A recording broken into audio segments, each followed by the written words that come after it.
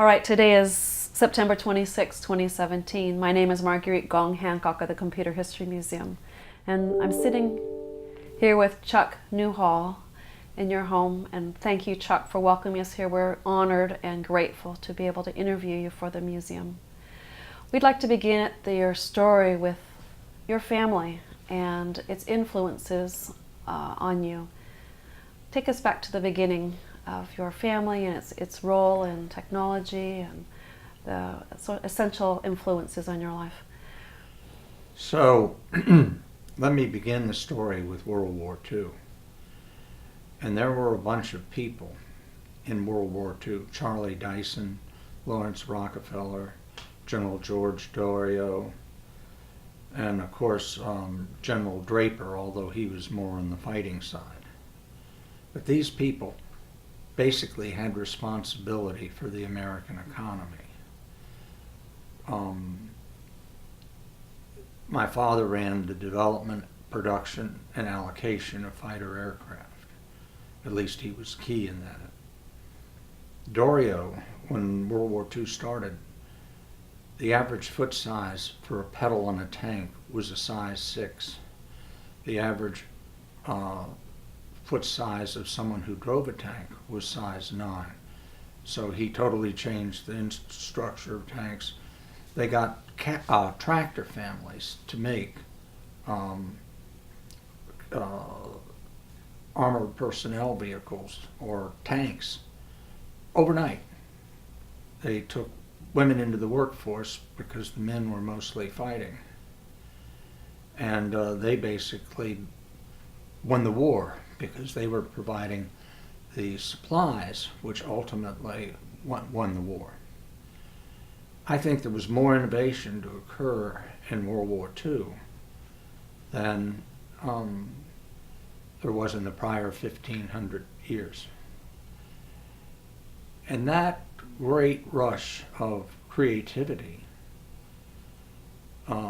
spawned a lot of venture capital firms, like Lawrence Rockefeller, Venrock, and my father was in the middle of it. His first deal, which I have a record of on my desk over there, Lawrence Rockefeller got a call at 3 a.m. from the Secretary of War. And the Secretary of War said, "I'm calling at the request of the President, and there's a company that goes bankrupt tomorrow in Morristown, New Jersey. And if you don't finance it, the future of the United States is in grave jeopardy." So Lawrence called father and goes down with a check for $300,000-400,000, which was big money in the day. And he goes into a bank where they're foreclosing on this company. And it was really a bunch of German scientists, Werner von Braun and the U-2 crew. And they came to the United States to make up for the V-2 rockets and create the aerospace industry in this country. So Reaction Motors was funded. My father not only participated in the investment decision, but after that he went into the workout phase of the venture capital business. So he became sort of the chief operating officer. The company was merged into Thiokol, and this was the company I met Chuck Yeager when I was growing up, and the Bell X-1 was his plane, the Viking rocket, which was the first rocket to take a living organism into space. And Thiokol, in my mind, has put the man on the moon. It's created the aerospace industry and will ultimately send people to Mars. So I asked my father, and he wasn't particularly good at this, what the venture capital business was about. And he has said, our job is to know the future, not what is now going on or what has gone on, but we must anticipate and create the future. And that really got me as a young person, because later I would meet Lawrence Rockefeller, who was very inspirational to me. and George Dorio. And you have to remember that a lot of these venture firms came out of World War II technology. Now, the venture business goes back thousands of years, which I'll go into later. But this was the introduction for my family to the business. I started NEA along with Dick Kramlich and Frank Bonsall. We began fundraising in really March of '77, and we closed the fund in June of '78. My son has started Greenspring Associates, which now has about $6 billion under management, and it's 50% fund of funds and 50% direct. So if my boys, my Adair helped to start 2 biofarm companies with a man by the name of John Spitznagel, who's a legend in the specialty pharmaceutical business. And then he went to Darden, went to Domain, a great healthcare venture capital firm. And now we're all 3 working together, which is probably the greatest achievement of my life. Because my first wife shot herself when the boys were 3 and 6, and we were told they had a 95% chance of ending up in jail. But thanks to my second wife, they didn't. Then they became venture capitalists. Again, it's sort of like the women in World War II. They made the suit. So thank you for that overview of your 3 generations, over almost 100 span history of venture capital here in the United States.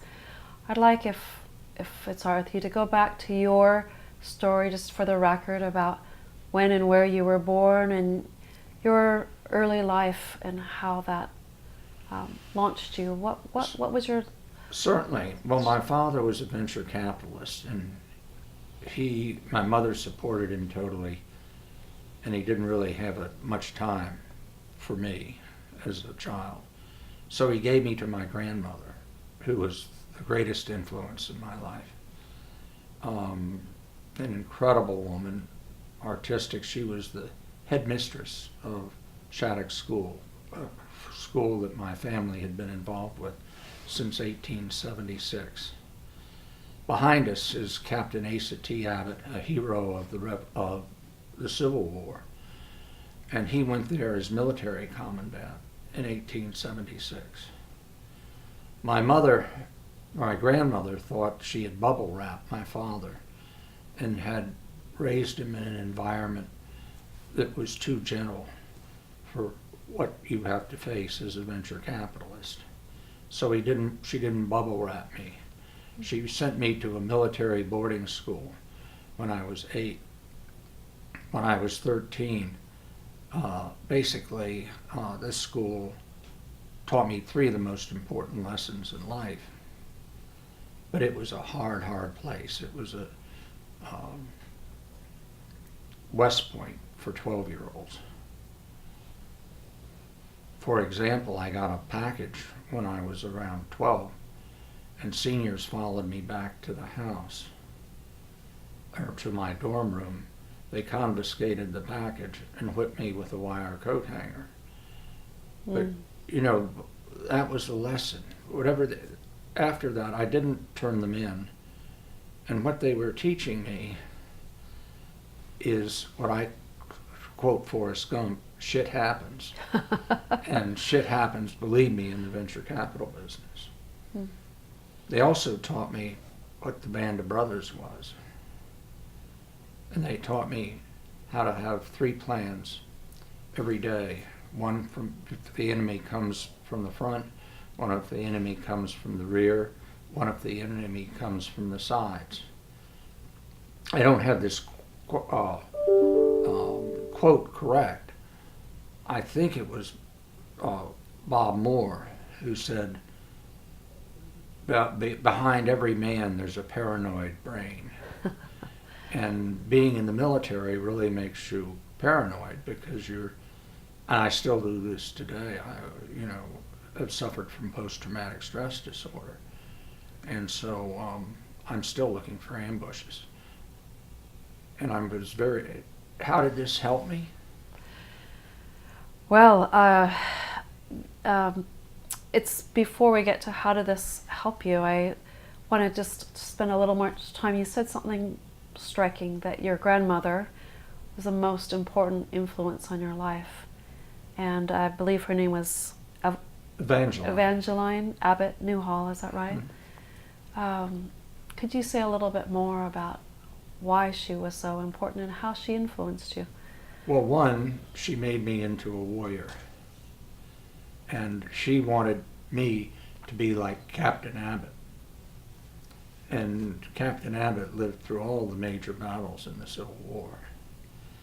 So when I went to Viet Nam, she said, come back with your honor or don't come back. She took that from the Spartan mother, who said, come back with your shield or upon it. And so she was the one who put me in an environment where I learned the 3 lessons: band of brothers, always have a plan, and shit happens. And I can't thank her enough for that. Now, that's and I'm paranoid because I'm always thinking about what could go wrong with my companies. And she just was artistic. She developed my interest in the arts, in animals, in gardening. She touched all the bases. She was a Renaissance woman who, underneath it, was very tough. Her mother used to shoot the Lakota Sioux Indians when my great-grandfather was fighting them. She shot the hat off a burglar. It was much better than a burglar alarm. So tough, yes. Loving, gentle, quite a woman. With this experience with your grandmother and your time at Shattuck, then you decided to go to, I wonder if we could stop. Hey, Claire? Is it possible just to turn that down? Claire, can you turn my computer off so it doesn't play a national anthem whenever? We're getting some nice musical accompaniment. Oh, nice. Let me unplug the phone too.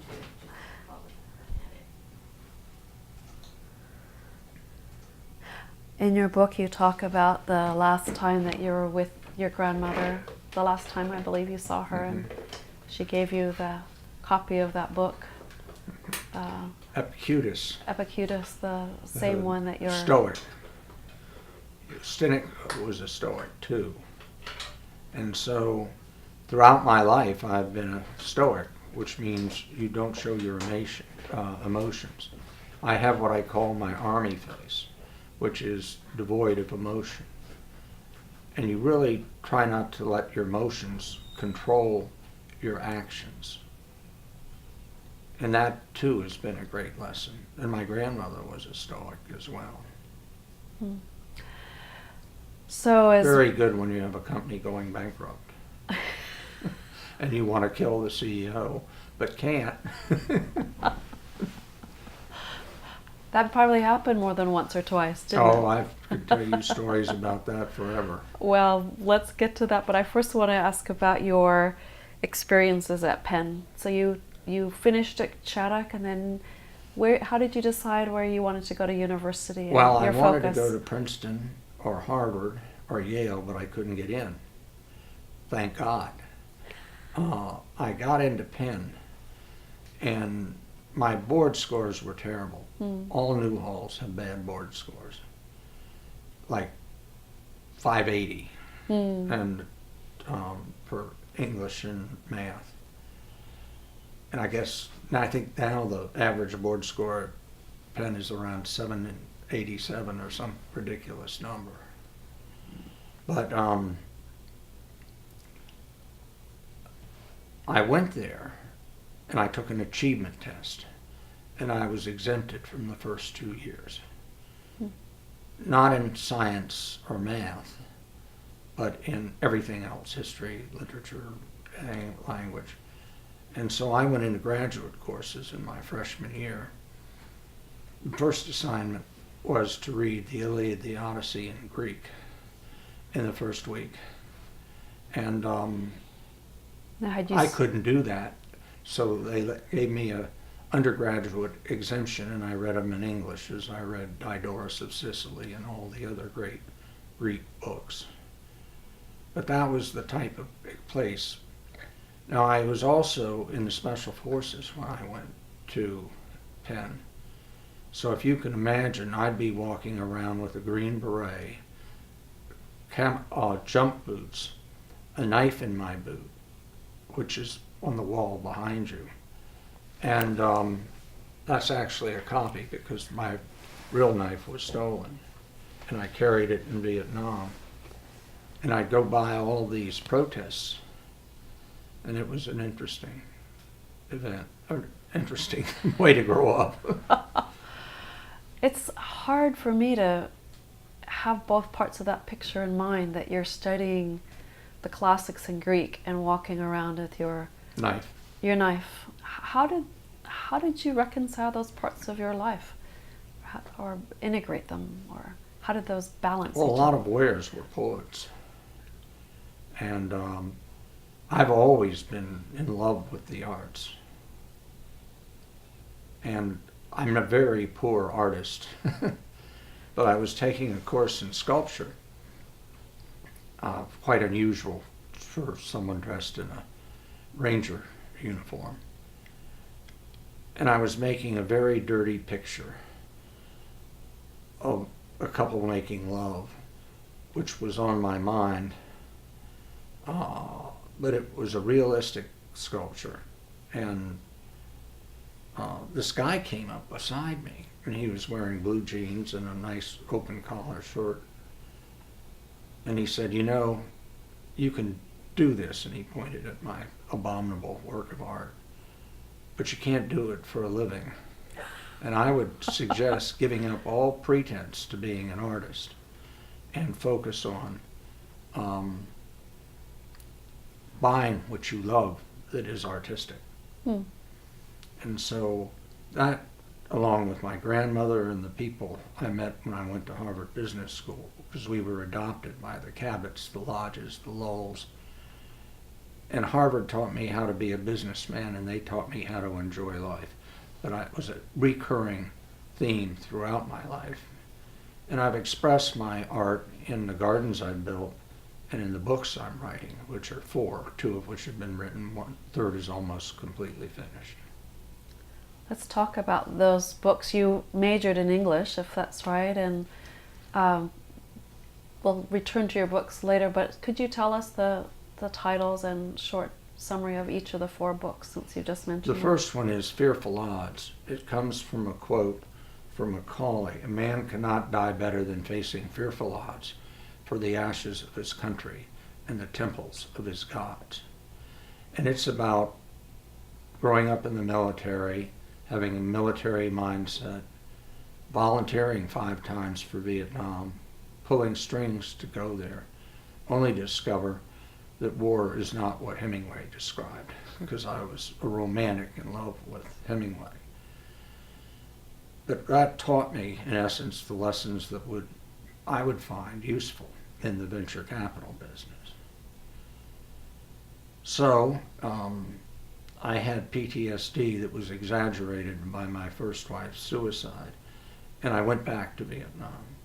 And I've had 4 other crises as a venture capitalist that put me back in Vietnam. So how did I cope with this? Well, the book is Brightside Gardens, a dialogue between the head and the heart.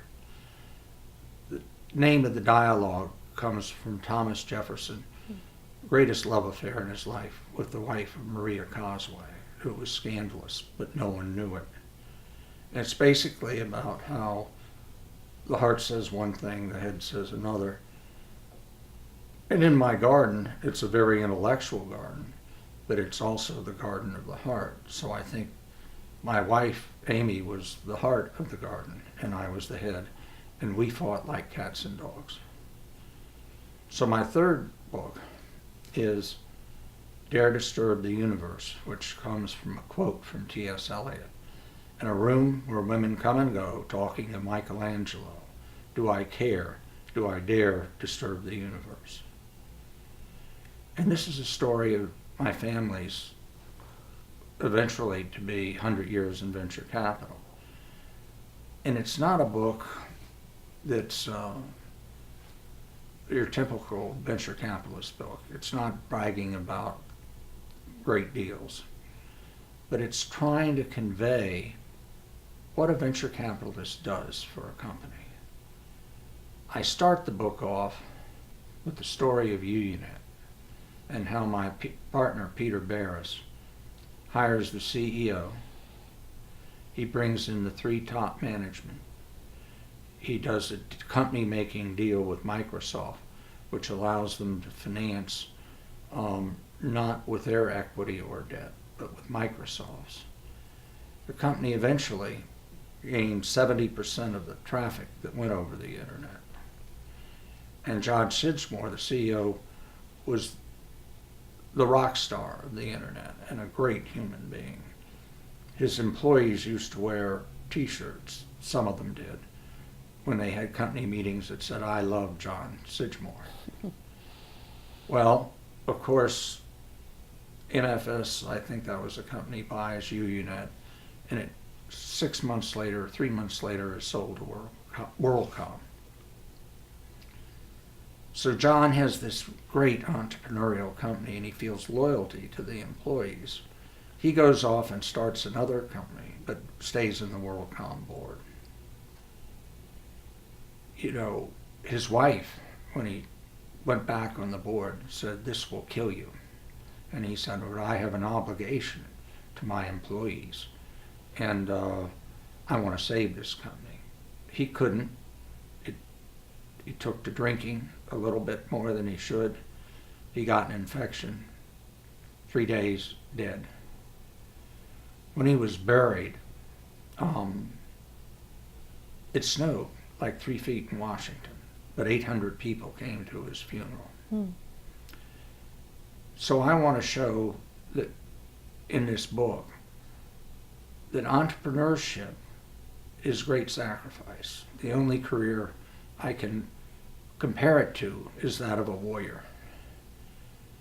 And it's crucial. It's not 17% of the American economy. It's 80%, as I'll go into later. And if we destroy the goose that lays the golden egg, if we destroy the alignment between venture capitalists, the limited partners, and the entrepreneur, right now we don't get salaries.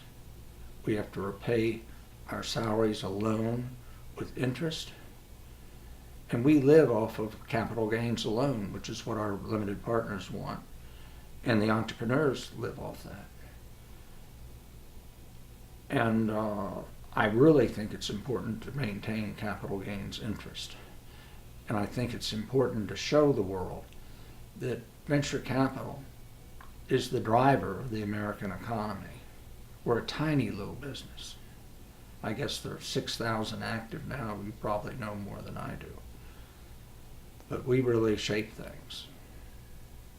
That's why we are so grateful to be talking to you. I share that value for what the industry has done in shaping the economy. So you mentioned more than the economy. Well, the internet freed women to work at home. The all internet of the technologies, made it right? more difficult for dictators to keep their people uninformed. So social change as well as economic change. Absolutely.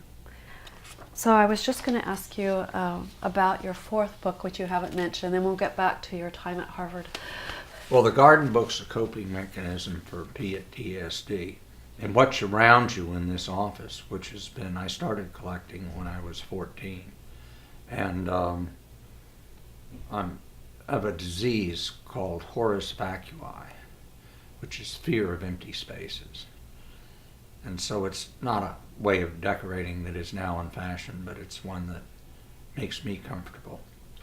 And it has been, so when I would be worried about one of my companies going bankrupt, what I'd do is grab an auction catalog. I'd take a walk in the garden. It wasn't a casual thing. It was a very deliberate move by me, and I knew what I was doing. And so the 4th book is Remembrances of Things Past. Well, thank you, and we'll come back to those and later in the conversation. I'd like to go back to our chronological timeline, and you've now finished at Penn, and you're looking at what comes next, and I think you turn to the Harvard. Army, of course. And Yes. so I go to Fort Pope, Louisiana, but I was airborne qualified, jungle warfare qualified, special forces qualified, small weapons qualified. And I went in the Army to fight, not teach young men, although I love teaching young men, and a number of them have stayed in touch with me. Like all the photographs came from the young men that I taught basic training to, because they became Army photographers. So I volunteered 5 times. My father, as I mentioned, was a whiz kid in World War II, a bird colonel. He knew everyone. I told him I wanted to be in Viet Nam in a week. And he called his friend, General Estes, a 4-star general commander of MATS, and I was there in a week. And 8 days later, I was going up the Dong So Ridge Line, which was the reconnaissance of a battle that would later be called Hamburger Hill. It was the battle that changed the war, because after Hamburger Hill, there was so much objection to it, even though it cut off the highway that the North had used going south. And we discovered 68 2.5-ton trucks when we went into that valley. But according to our politicians, it was a useless waste of life. And so you've chronicled in great detail and a very moving account your memoir of being in Vietnam. So I'll let that record stand for itself. But I would like to ask you for this conversation, what you brought away from that then you drew into your life as a venture capitalist. Remember, shit happens, and always have a plan. So I helped to start this company called HealthSouth in Birmingham, Alabama. And I really probably became one of the most influential board members in that company. And its mission was to solve the problem of healthcare. We had an integrated delivery system where we could combine radiology or diagnostics, primary care, surgery, and really do what a hospital did. We were very much aware of how device technology was moving, all outpatient. I think ultimately open heart surgery will be an outpatient. So the vision was to build a company that could do 80% of what a hospital could do. Except when I went to Johns Hopkins, I encountered 40 employees, 2 of which were caregivers. When you went to HealthSouth, you encountered 4 employees, 2 of which were health caregivers. And I believed in this company's mission, and we grew 25-30% a year for 20 years. But it turned out that this entrepreneur, who I thought was really an extraordinary human being, was a crook. And he'd conspired with about 40 people in the company, the financial officers, to do what I call capitalizing ice cream, putting it in the balance sheet rather than the expense category. So they just hired new lawyers, and the lawyers said, I won't go what the law firm's name was, but it was something like Crook, Scalawag, and anyway, they later charged us $500 million for legal fees for the company. They told us we had to put the company in Chapter 11. The board was really led by Joel Gordon, who was the founder of the Surgery Center business.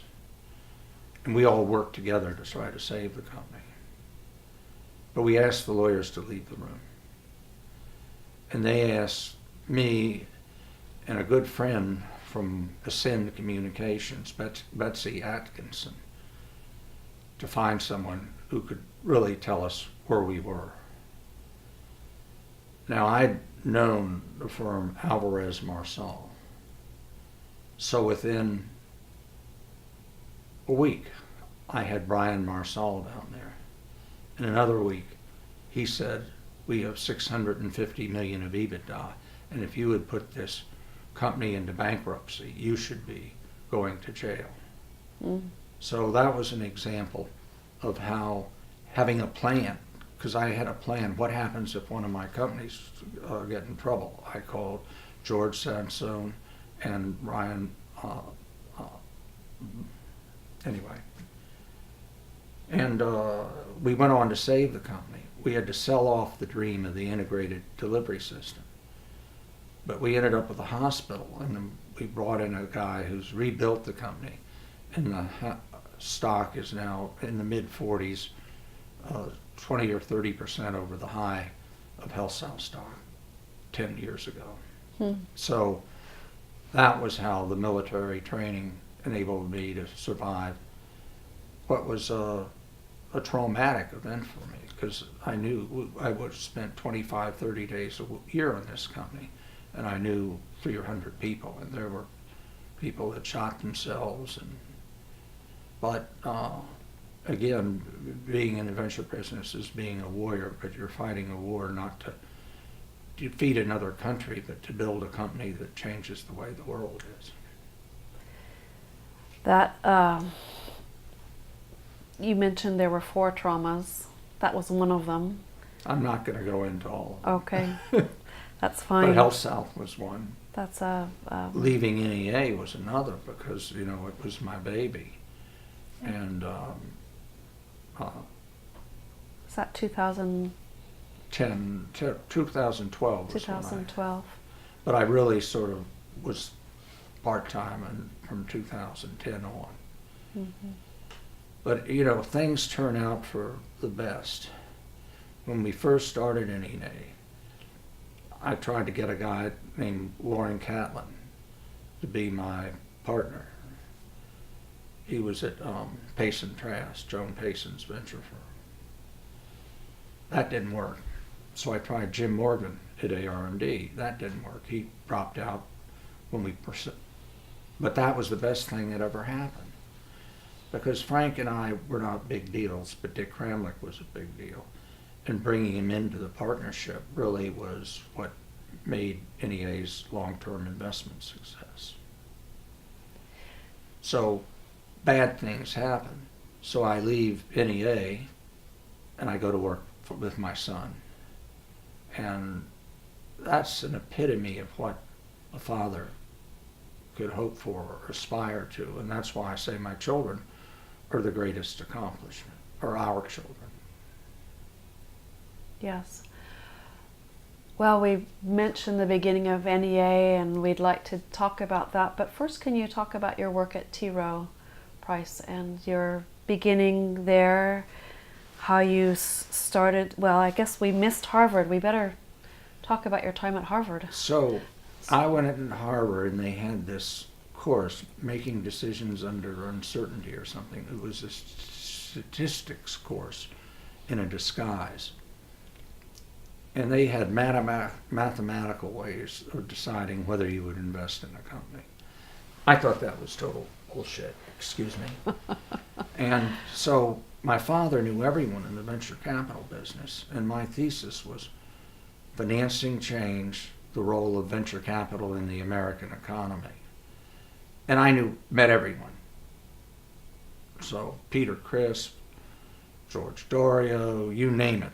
And I went around and I interviewed them for 2 hours and then wrote a thesis on what really happens when you are trying to build a company. How was that received, your thesis? I graduated with honors, but it's not published. And that's the only way I acknowledge receipt and or received. So I then worked for Cub Harvey at T. Rowe Price, and he ran the New Horizons Fund. And this was right before the energy crisis. And I went in there with the idea of getting T. Rowe Price into the venture capital business. And of course, the great crash occurred with the oil crisis around 1975. In 1975, I believe, venture-backed companies raised $16 million, all four of them, in public markets. Quite a difference from today. But Cub had introduced me because the New Horizons Fund bought the output of all the venture capital funds to Dick Kramlich and everybody else in the industry. So I probably knew 100 venture capitalists out of 300 or 400 at that point in time. And I worked and I studied the industry. And when T. Rowe Price wouldn't go ahead because they were using all their earnings to buy out founders, they couldn't go into the venture business. I got the idea of starting a venture firm because one of my future partners introduced me to the Deere family. And they committed $4.5 million. And T. Rowe Price committed $1 million, which happened to be 17% of the firm's net worth at that time. And then we went away and raised over a year another $16 million, and we were in business. Oh no, excuse me, all in total we raised $16 million, and that was NEA 1. By the way, we were stupid and we took all the money down the first day, and had we had just-in-time financings, our IRR would have gone from 37% to 100 to 200%. Our biggest investment loss in NEA 1 was because we thought we knew something about bonds, and we put some money in bonds, and that was our biggest investment loss. So stick to your knitting in the venture business. Good lesson. So could you say a little bit more about you bringing the team together? It was maybe a little unlikely for two people here in Baltimore. How did you knew Frank, and but then how did you connect Dick, with of Dick? course, I've been trying to get a job with Dick for 4 years. Mm-hmm. And, he was tied up with Arthur economically and everything else, and said, we're not going to bring on an associate, so I can't do that. Now, Frank was my first wife's cousin. And the way I got to know Frank was T. Rowe Price invested in a deal called Terminal Communications, which made terminals for IBM computers. The guy who ran it ran IBM's terminal business. And so I go to board meetings with Kirk, and Frank Bossel is invested and is also there. So Kirk asked me to analyze Terminal Communications. I do. It's not a favorable report. And Frank says to Kirk, why did you bring that young, ignorant puppy here? He doesn't know anything. Just have him shut his mouth. But you see, Frank and I love the same things, which was small companies. And so we started working together. And I remember going to Rome Computer, which was just then getting into the PBX market, as well as had made the computers that helped win Viet Nam. And we couldn't invest because we didn't have a pool of company. Greylock did, and I think Rome was sold for $1.5 billion, which was money in the 70s. So that's how I got Frank involved. And the Dick we kept working on. And eventually he said yes. And we went off and completed the fundraising. Well, I must tell you how we celebrated. Tell me. So Frank and I fly out to California. And we want to go have a beer to celebrate the founding of NEA. And so we go in this bar. Someone spent millions of dollars on it, carved wood there. And there were two very attractive ladies sitting at the bar. So Dick and I go off to a booth and have a beer. Frank goes to the ladies. Well, it turns out the bar is exclusively for transgender people. And Frank is approached by one of these ladies. And so we run out of the bar, because this was 1977 or early 78.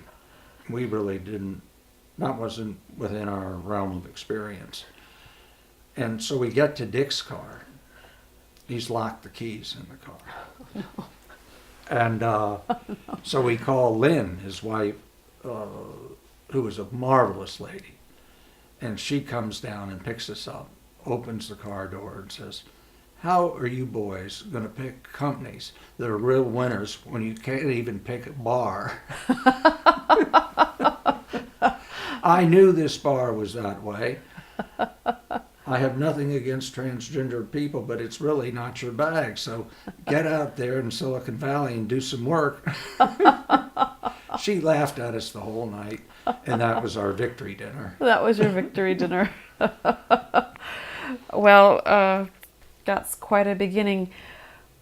Tell me, what's the origin of the name for the company? Well, my father's first public company was, I mentioned, Reaction Motors, which became Thiokol. And Dorio invested in that. And that was his first big game. So I tried to get a job with AR&D and was told that English majors need not apply, although Dorio went on to be my mentor, much as he was Dick's mentor. Not as close as it was with Dick. He never said I was one of his students. But we hire Dick Testa. And Dick Testa was one of the most incredible lawyers. He created the legal aspect of the venture capital business.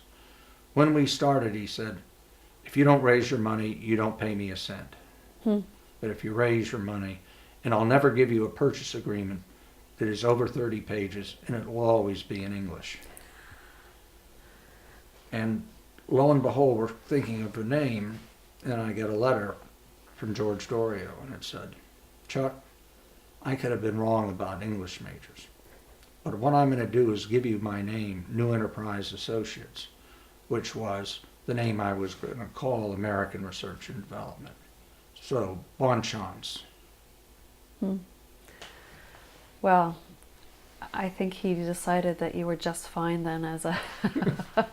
Do you want to say more about... He was such an influential figure as a mentor and in starting the industry. Do you want to say more of anything else about your interaction with General Dorio? When I talk about why venture capital matters, I talk about George Dorio and Lawrence Rockefeller. And so I was an AR&D groupie. I go to their annual meetings and hear his stories. And he would, talk to me and tell me, our job is to see the future. Not what is, but or not what is past. He was full of little short sentences like that conveyed the whole essence of what a venture capitalist does. So I read about AR&D, I read about Cordis, I read about DEC, I studied digital equipment. When he proposed that to the AR&D board, he said it was a manufacturer of business equipment because none of his board members would have voted for a mini-computer company because IBM ruled the world. He taught me things like that too. He taught me whenever you meet someone, you get a 3x5 card and you write down what wine they like, what are their interests, what's their business, and you keep these in a big Rolodex. And whenever you run into someone, again, you pull out the file card and you can resume the conversation where you left off 5 years before. Did you do those? Did you do that in practice? I tried, but I got lazy. But my memory at that time was pretty good. So he wished you well as you began, and so you were off and running. At the time, though, Baltimore was not a natural place to start a venture fund. It was early days. Can you describe the industry landscape here as well as what was happening in the United States? Well, there are around 300 to 400 venture firms nationwide. A lot of them were family offices. A couple like Ned Heiser were institutional.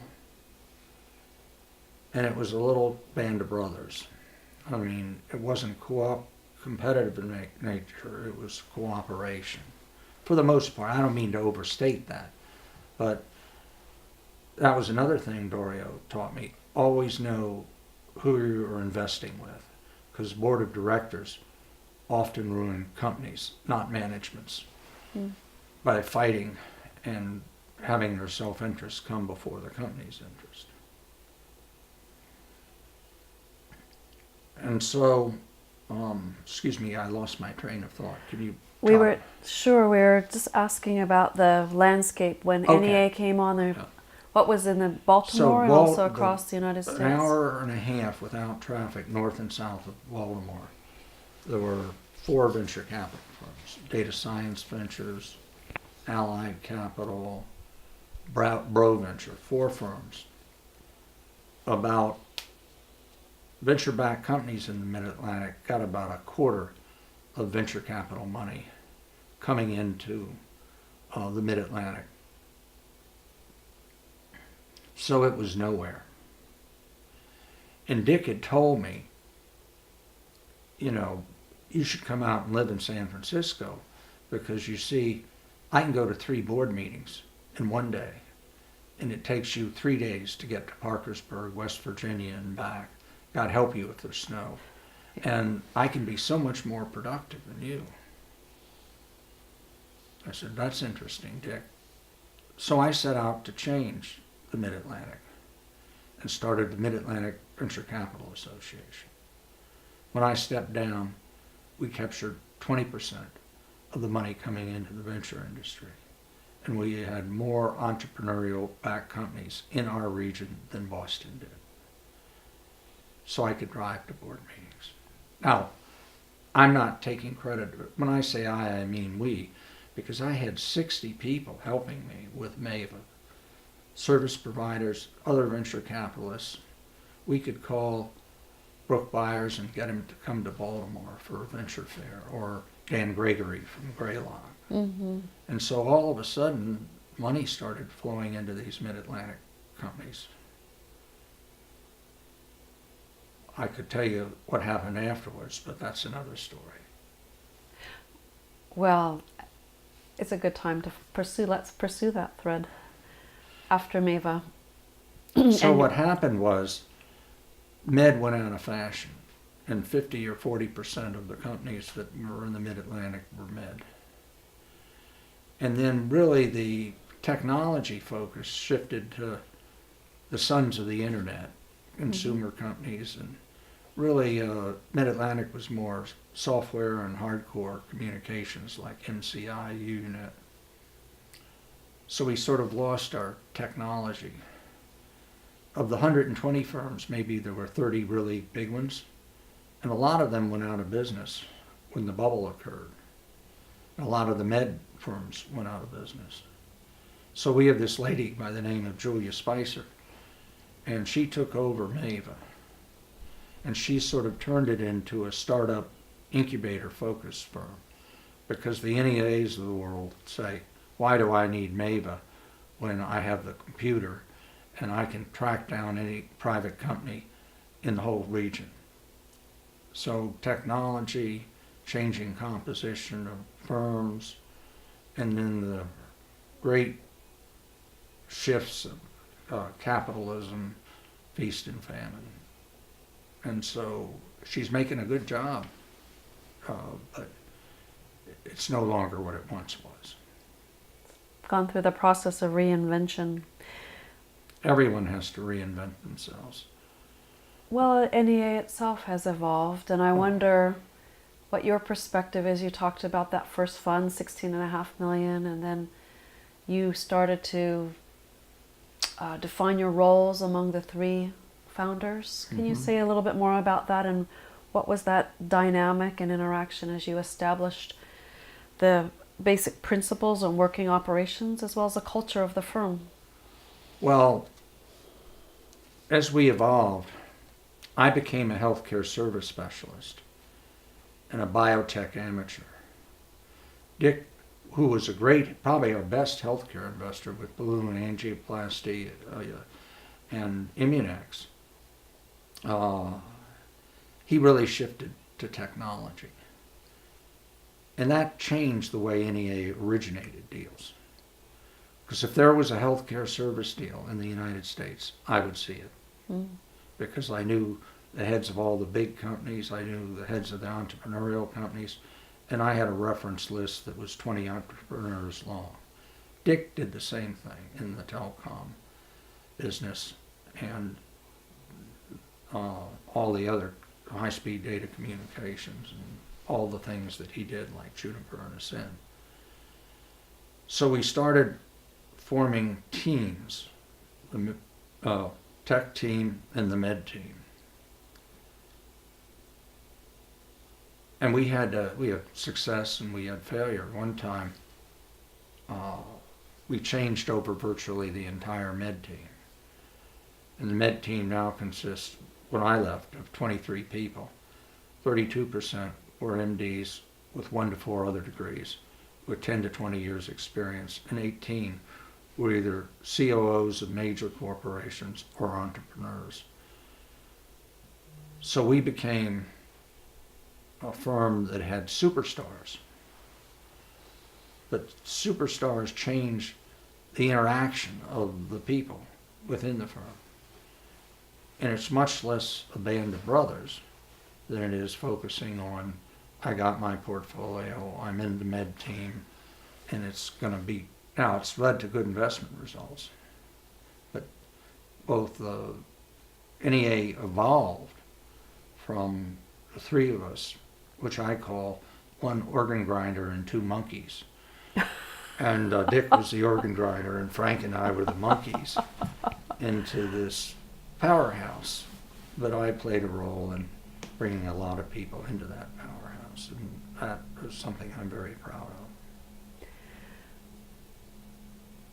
Can we talk about some of the deals that you were specifically responsible for, the lead investor? Sure. I think I've served on 65 boards. I think one of the areas in retrospect that I was most excited about, I believed you had to change healthcare. You had to make it more cost effective, and you had to provide better outcomes. Unless a device company or a service company did that, it was a waste of time.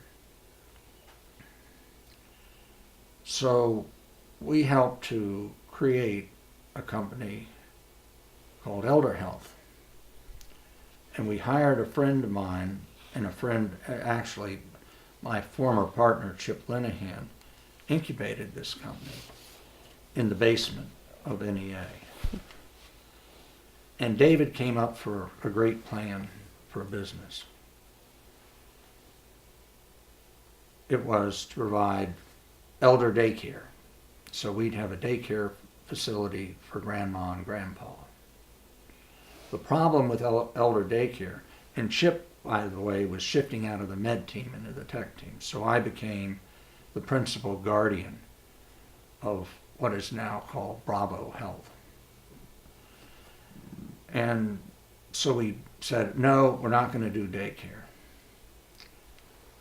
Let us become an HMO.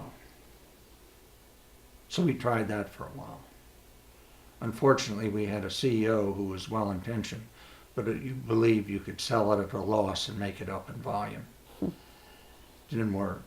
So he morphed the company, I give him credit for that, into a case management company. And what we did was we picked up grandma and drove her regularly to the community clinic or to a primary care physician. Most of these people are inner city. And then we made sure, we called her every week to make sure she was taking her meds. We called her and got her family involved.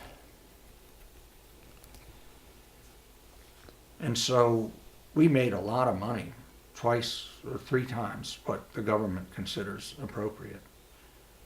But we saved 57% of total health care costs. Remarkable.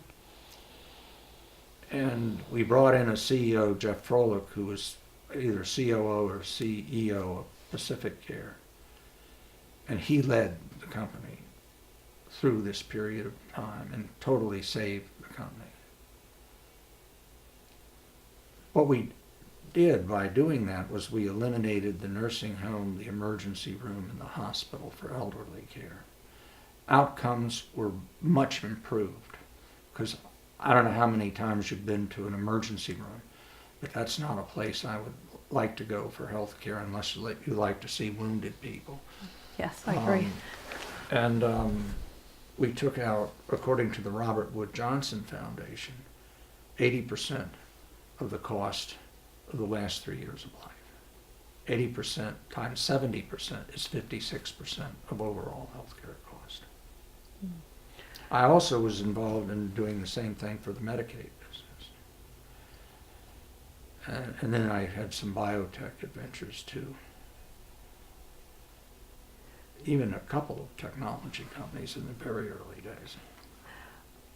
I'd like to hear a little bit more about those companies you're invested in, especially if you could shine the light on your work as a venture capitalist. Many people looking at it from a distance don't really know what a venture capitalist does. They have a sense that there's money involved, but there's so much more that a great venture capitalist does. Could you describe? Well, you raise money, you affect the firm's strategy, you bring in key employees.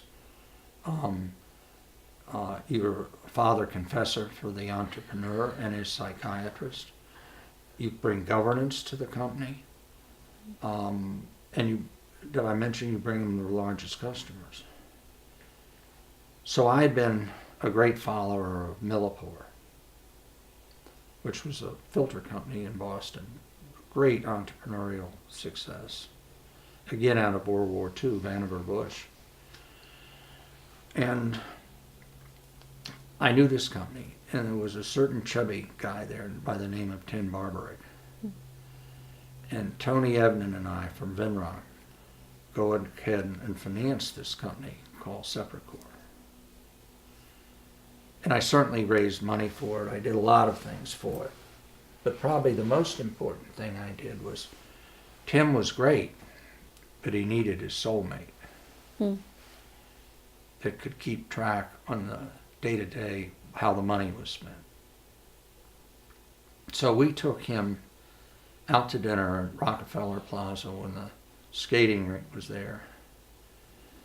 And we got in a horrendous argument because I had identified, Tony knew him, another guy to bring in as COO or CFO. And we went out of the place and I almost got in a fist fight with him. Over this issue? Yes. He did it. But I made the wrong choice. The guy I brought in as COO. But then on his own, he went out and found David Southwell. Now the company produced about $2.5 billion revenues on its own. It produced $3 to $4 billion of revenues by doing development work for other pharmaceuticals, particularly the Japanese. But today, chirally pure pharmaceuticals, you had racemic mixtures, and you just take one side of the racemic mixture, I think has $350 billion of revenues. We've talked a little bit about your work with the entrepreneurs, and another part in building your firm was to build your funds, which dramatically grew. Can you talk about your relationships with raising funds, relationships with your investors and raising funds? Well, NEA had a totally different culture than the rest of the venture industry.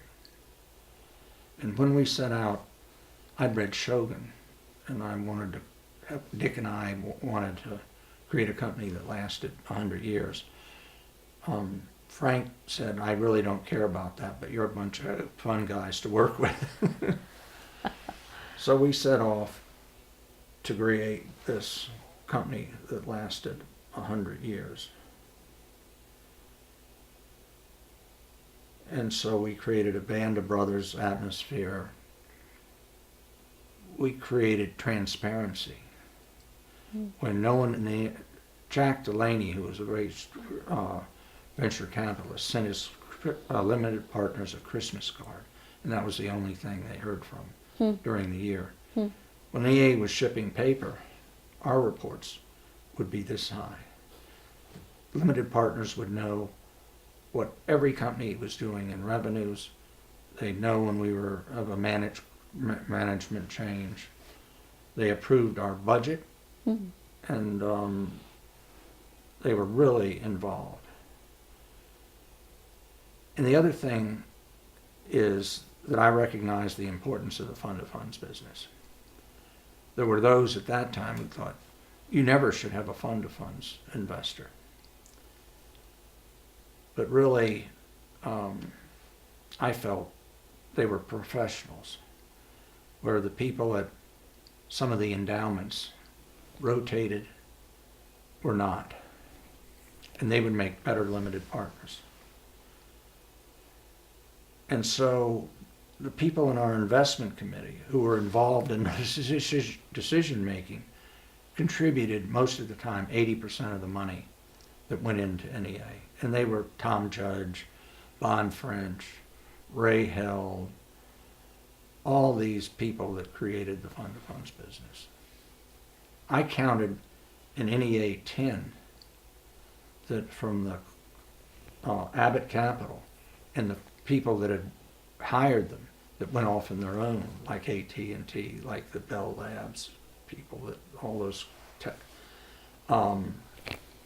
contributed $1 billion out of two. So we never marketed a prospectus. I mean, we had one, but we sold NEA was through the way the firm conducted business. Now, they would stay with us in bad times. NEA 3 was a terrible partnership. But they let off NEA 4 that was like 60 or 70% larger than 3. How do you account for that? That people stuck with you? My son says trusted partners. And we were trusted by the entrepreneurs, and we were trusted by... But let me get to the key point. Please. We have NEA 9, and NEA 8 was a great home run. NEA 9 was a disaster because we invested in way too short a time. All tech. Med was like 8% at that point. And we go into NEA 10 and the bubble burst. We have a liability which goes back to NEA 8, I think. We had a company called Kairos that a young man invested in. 6 months after we invested, the company was bought for $3.5 billion by Nortel. Short-term capital gain, we weren't supposed to sell. And Nortel plugged this piece of super communications equipment in, and it went kaboom! It blew up. It was of no value whatsoever. They had to write off the total investment, and Nortel stock went from 68 to 5/8. And so we were in trouble because we had this potentially big clawback because we distributed Nortel rather than a full recovery of capital partnership. Disaster. 75-25. We thought we were going to have a 8x partnership. We would reduce that to 4 for planning purposes. The real number was 2.5%. And our limited partners, everybody else was being asked to lower their fees. Well, lowering our fees would have made us unable to meet our capital commitments. You know what they did? But they raised our fees. Because they understood the business well enough to understand that our economic structure was totally different than a 80-20, 2% or some cases 33%.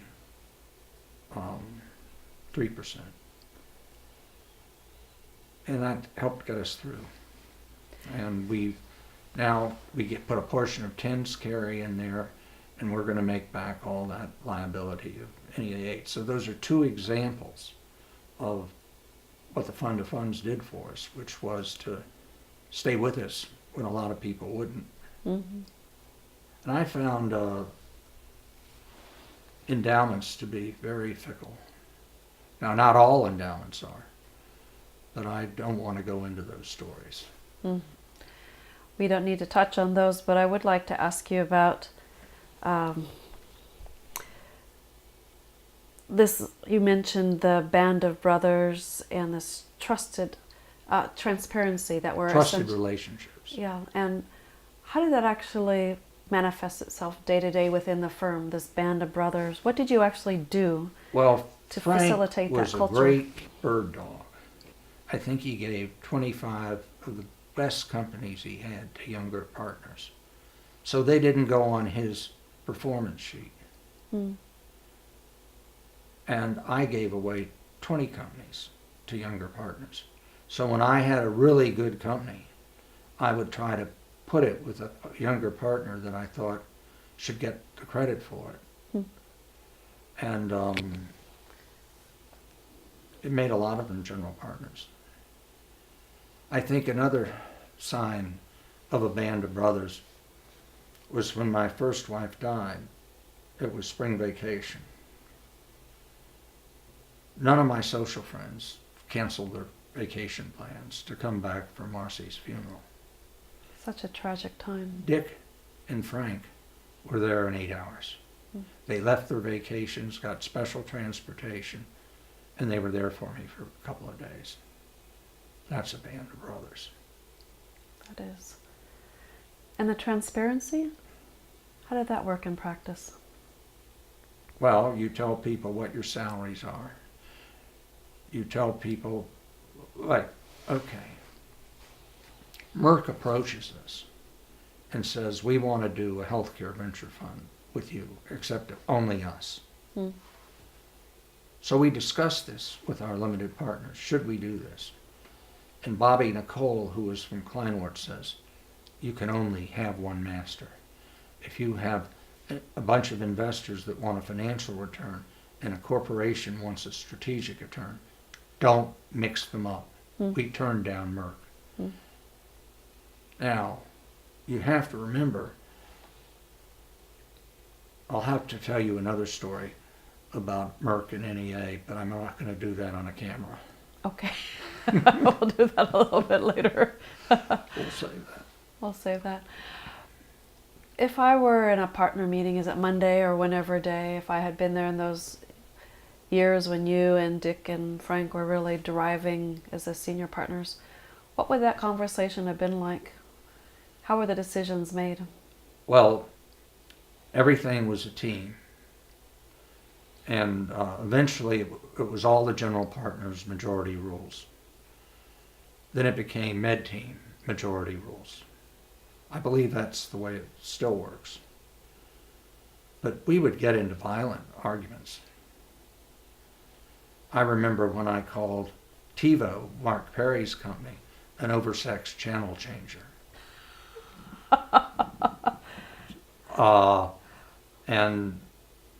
We'd have big arguments. But you know, after the argument, we smiled at each other and cracked a joke.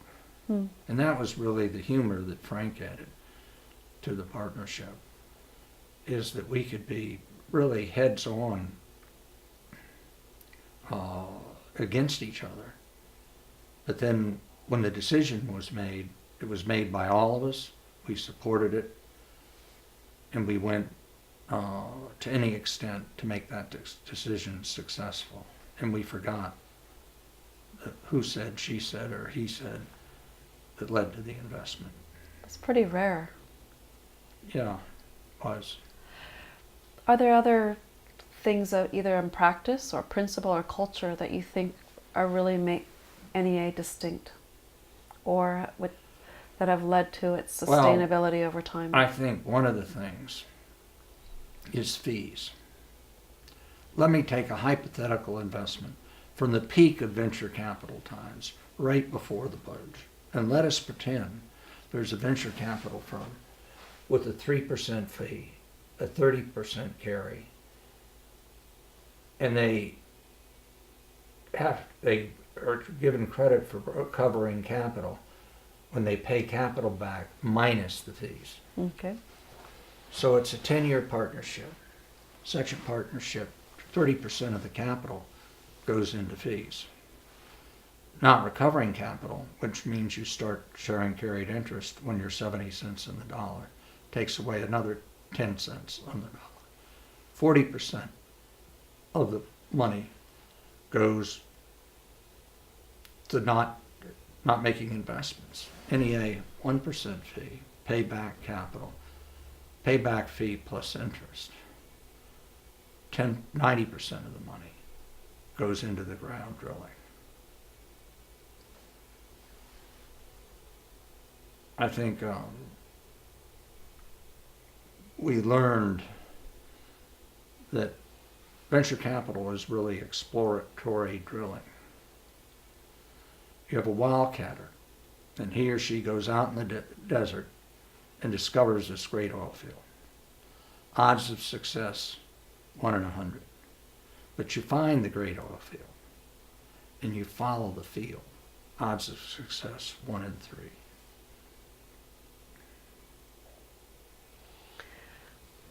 Some people say that as they evolve their own philosophy or part art, part science for investing, that there's some critical decisions. One is, do you bet on the jockey or the horse? What are the... Jockey. Can you give an example and why? Oh, Dick always used to say, we're only one person away from a great company. And, you know, moving out the existing CEO of Elder Health and bringing in Jeff Froelich, you're only one person away. But the NEA culture was such that the most important thing we had was our relationships with entrepreneurs. So we wouldn't dilute them.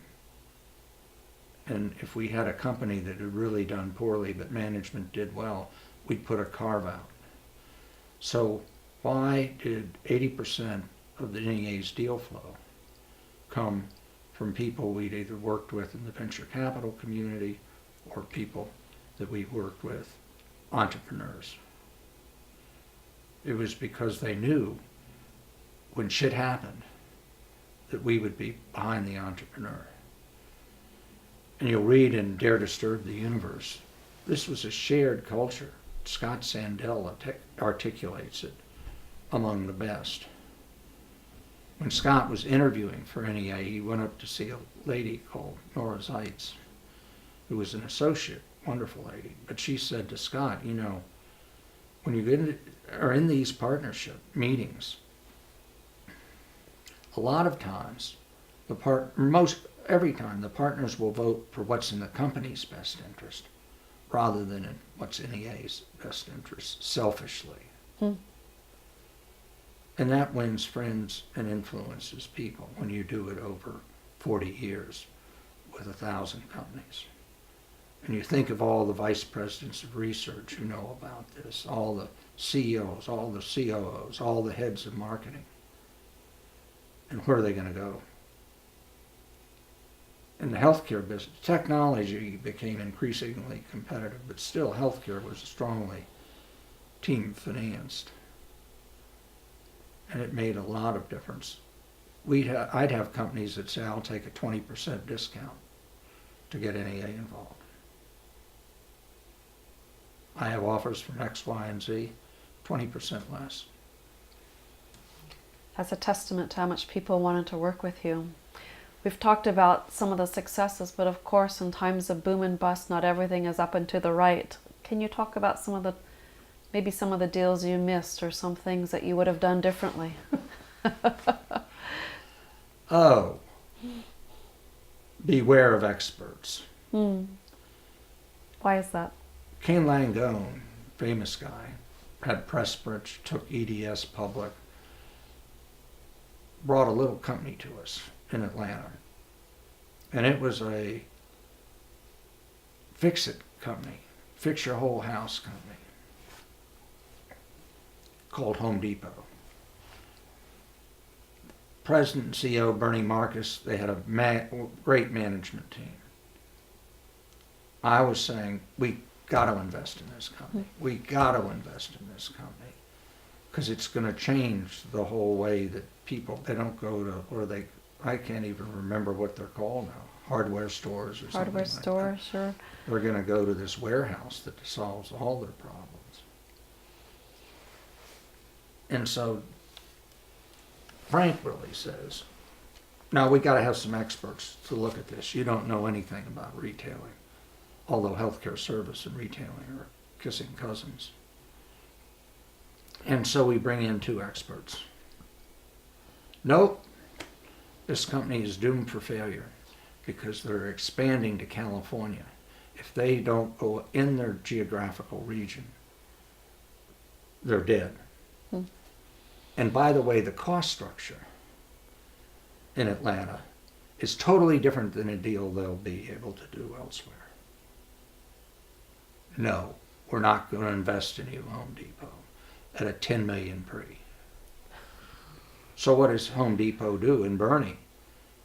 Their next expansion is to Florida, right within their geographic footprint. And the real estate deals are better than they got in Atlanta. So beware of experts. You have these, I think, following General Dorio, who was able to create pithy principles. What are some of the other ones that you live by? Beware of experts. It's just one that you just mentioned.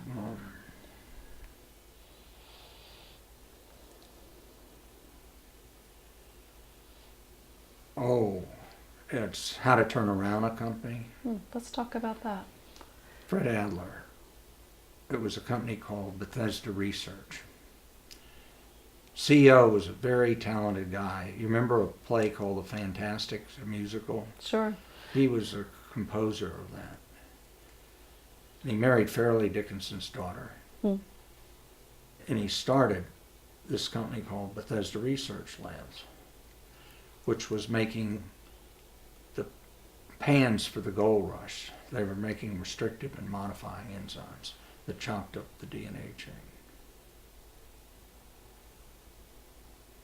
But eventually, he tried to become Amgen. He tried to become Boston Scientific. And the best thing was, he bought us, committed to a $75 million Taj Mahal without board approval. And plus he got in trouble with his wife. And so Fairleigh said, no way, I'm going to support this company anymore. So he bought in Fred Adler. And Fred Adler was data general, and he was the consummate turnaround person. But Fred had an unusual way of doing the business. He'd say to Steve Turner, the CEO, I want you to sell me 10% of the company for $1, and then I will put my funds in at $1 a share. So I invest at an eighth of a cent, they invest at $1. But Fred was a genius in turning companies around. He only came to BRL twice. But what he did was divide the board into teams. So I had the job, and Frank helped me, hold the bank's hands, because they really owned the company at that point in time. Another team recruited the CEO. Another team basically figured a way to keep funds out of banks so you could pay vendors that were, needed paying. Company is now called Life Technologies, or was till recently, and has $20 billion in revenues. So Fred really turned it around, but he was not a company builder, but he certainly was a good instructor for how you deal with it. And basically that was the same format we used at Health South. we divided the board into teams, the crucial task, and everybody pursued it. And we reported to each other on our progress. When you were making assessments or working with the management, founders and builders, what were the key attributes that you would look for somebody that you wanted to work with, that you thought would be successful? Neoepinephrine to serotonin to the release of dopamine. Want me to explain that? Please. That's the common chemistry, the common brain chemistry of creative people. Now, 60-odd% of entrepreneurs are what you call hypomanics. This is normal. Hypomanic bounces around up here. Don't need much sleep. They're interested in a wide variety of things. They can put disparate things together. They're totally committed to whatever the mission they have. They can be rude and abrasive or like Steve Jobs. Then there's another 30-some-odd%. Same brain chemistry. They're called ADHD. Now, if you're a young, I'm ADHD, Frank's ADHD, Scott Sandell is ADHD. I've had so many CEOs that were ADHD. And if you get through maintaining your ego through your early years, because people set out to destroy you when you have ADHD. Oh, you're slow, you can't think, why are you doing 6 things at once? Well, when you're starting a company, doing 6 things at once is a very good thing.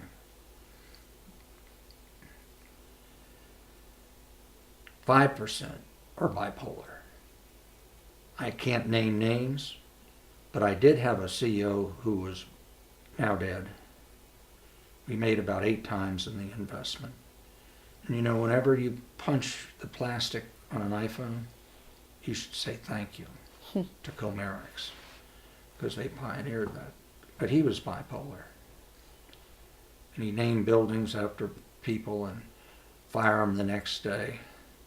I was kicked off the board 3 times. 4th time for good.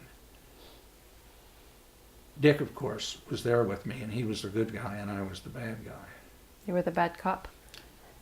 Dick talked him into stepping back as CEO and bringing in Art Carr, which was the making of the company. But I dealt with bipolar. My first wife was bipolar. And I certainly am up the kazoo in ADHD.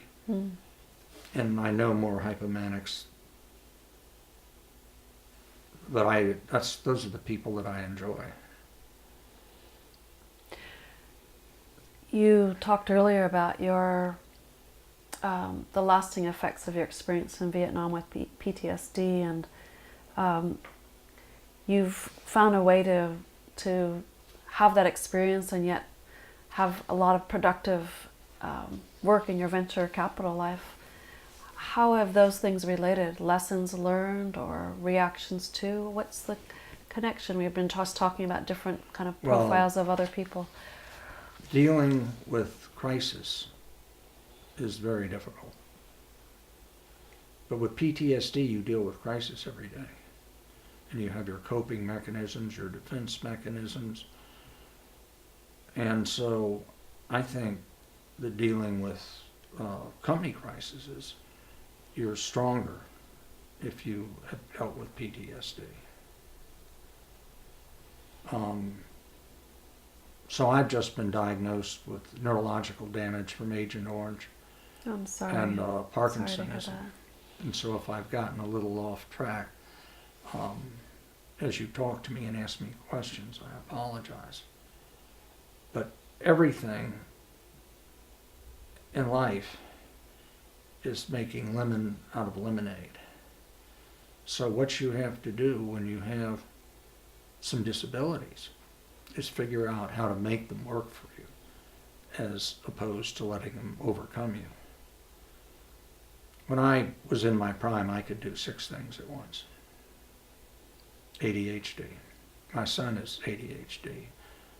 My other son is ADHD. my first wife was ADHD. So how do you turn these difficulties into strengths? How have you done that? How do you? Well, I mentioned I know how to do. My wife says you're great in a crisis, but terrible to live with. I think it was Bob Moore that said every good entrepreneur is paranoid. I may have started our conversation with that. So I really know how to deal with crisis. I mentioned the Health South one where I got Alvarez Marcel. Yes. Every company I'm involved with, I have a crisis plan or a greatness plan. Well, we've talked about the crisis, some of the crisis plans. Tell us more about the greatness plans and how you pursue those. First, you find the right CEO.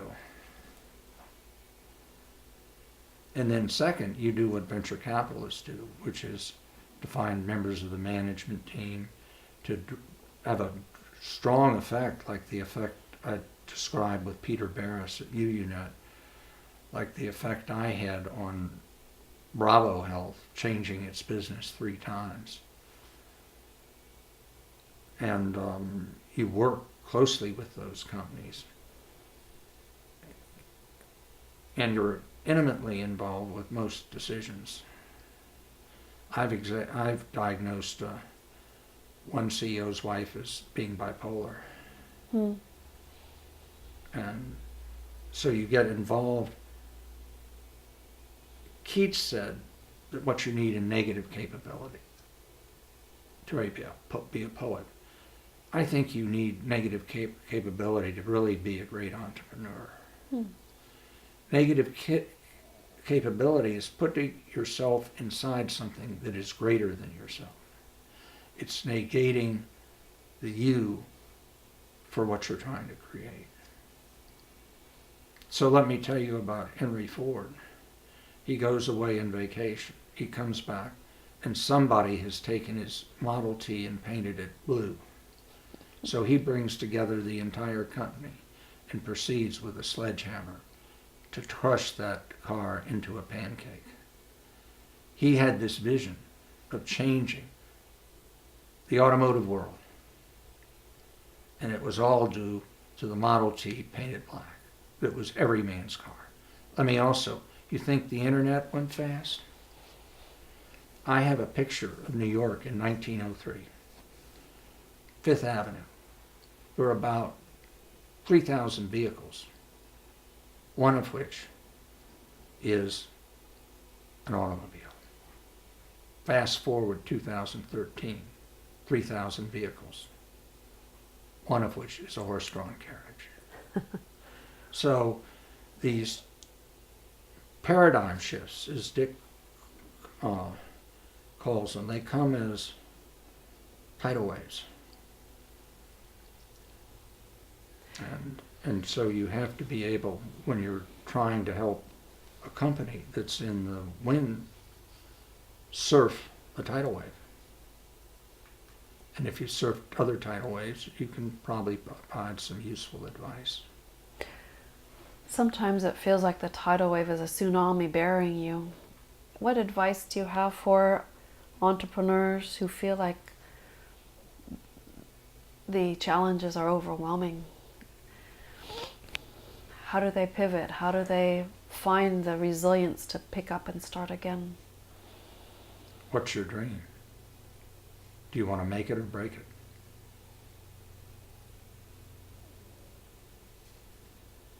Now, how many entrepreneurs get divorced? How many entrepreneurs' children don't turn out right? Venture capital and being an entrepreneur are not for everyone. So hopefully, if you see someone who is, oh, I'm overwhelmed, you've done your plan, right? You have his replacement right behind him. That personal sacrifice to risk everything and sometimes to forgo things that matter to you is something that an entrepreneur takes on, and also a venture capitalist also. And yet people choose to do this and wake up day after day. What are the things that have motivated you to continue in the venture business and to wake up day after day in pursuit as a... Well, my grandmother, come back with your shield or upon it. Mm. If you go to war, you go to war to win. If you start a company, you go to war to win. And the worst sin a person can create is not to be honorable. And to conduct your life with honor in all things. So that was the way I was raised. And you've stayed true. No doubt your grandmother will be very proud of you and your children and that legacy. There come naturally worries and stress that for somebody who's under risk. What are some of the kind of issues that would keep you up at night or create anxiety? Well, I used to put my iPhone beside me when the company was in trouble, and I'd get up at midnight, 3 and 6 a.m. to check it. I was always on guard.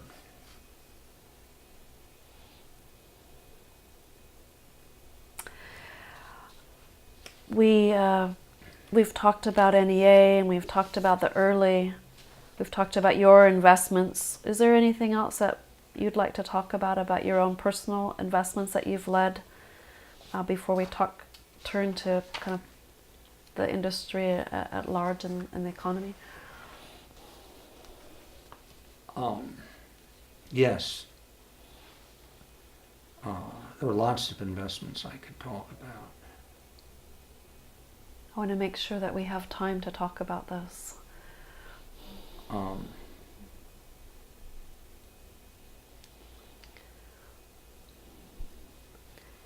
would talk about the good, the bad, and the ugly. What fits into those good, bad, and ugly?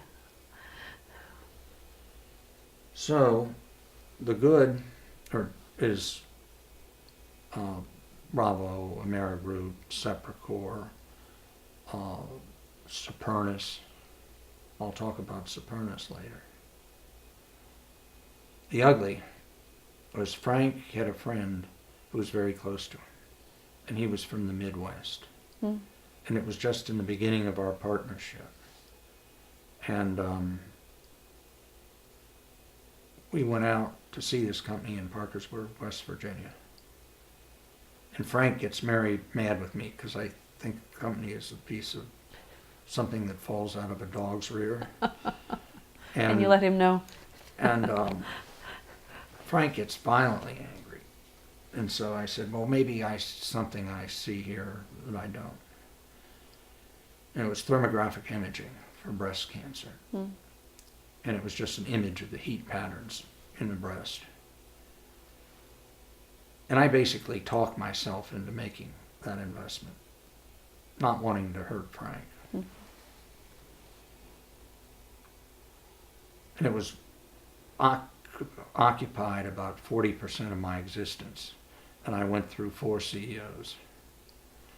Dick said, I really don't think you should make this investment because you and Frank think it's so good. But you know, the CEO has this ring, and I would never invest in a man with a ring like that. It was like a moonstone. It was half the size of his fist.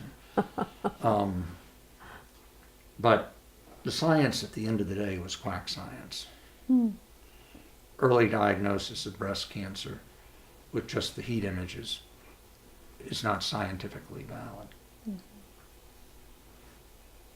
So I had quack science, bad CEOs. That's ugly. That's ugly. What's bad? Bad is a company that has really good people but is in the wrong market or industry. And you get involved with the people and you don't give them the reality sandwich. And I've had lots of companies that I think the management is great, but the industry they're in turns out to be the wrong one. So what do you do at that point? Well, when you grow up, you give them the reality sandwich and say it's time to change your business model. And so many companies that we've gotten involved with, the business model has changed over time. I think the classic example is that there was a company in Boston, Damon, that did blood laboratories. Started out as a defense electronics contractor.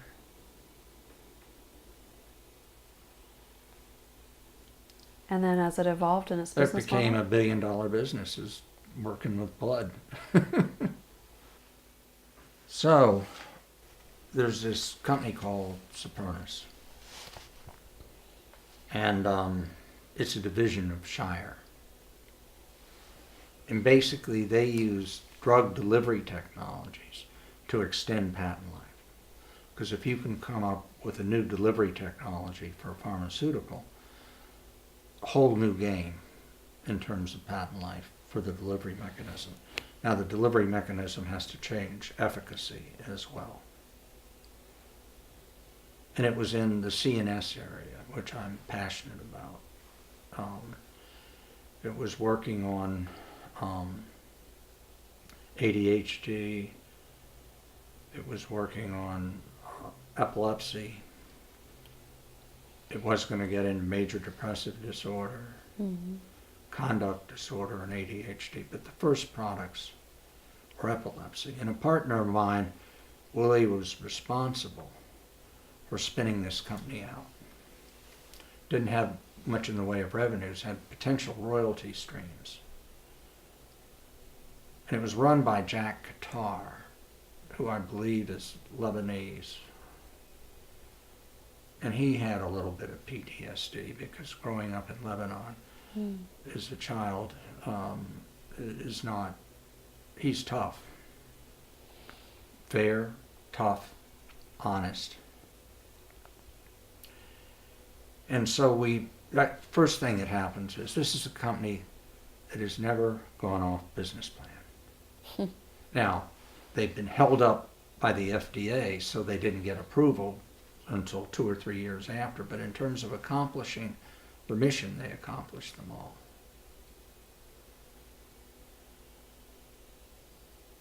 And I was just compelled by it. And so we spin the company out. First thing we know, we get these large royalty streams, larger than we were expected. We're able to sell the royalty streams to put more money back into our own products. Our own products come online. Fantastically successful. 95% gross margins. Wow. So that's the way it is with pharma companies. But your marketing cost is immense and your development costs R&D. are immense.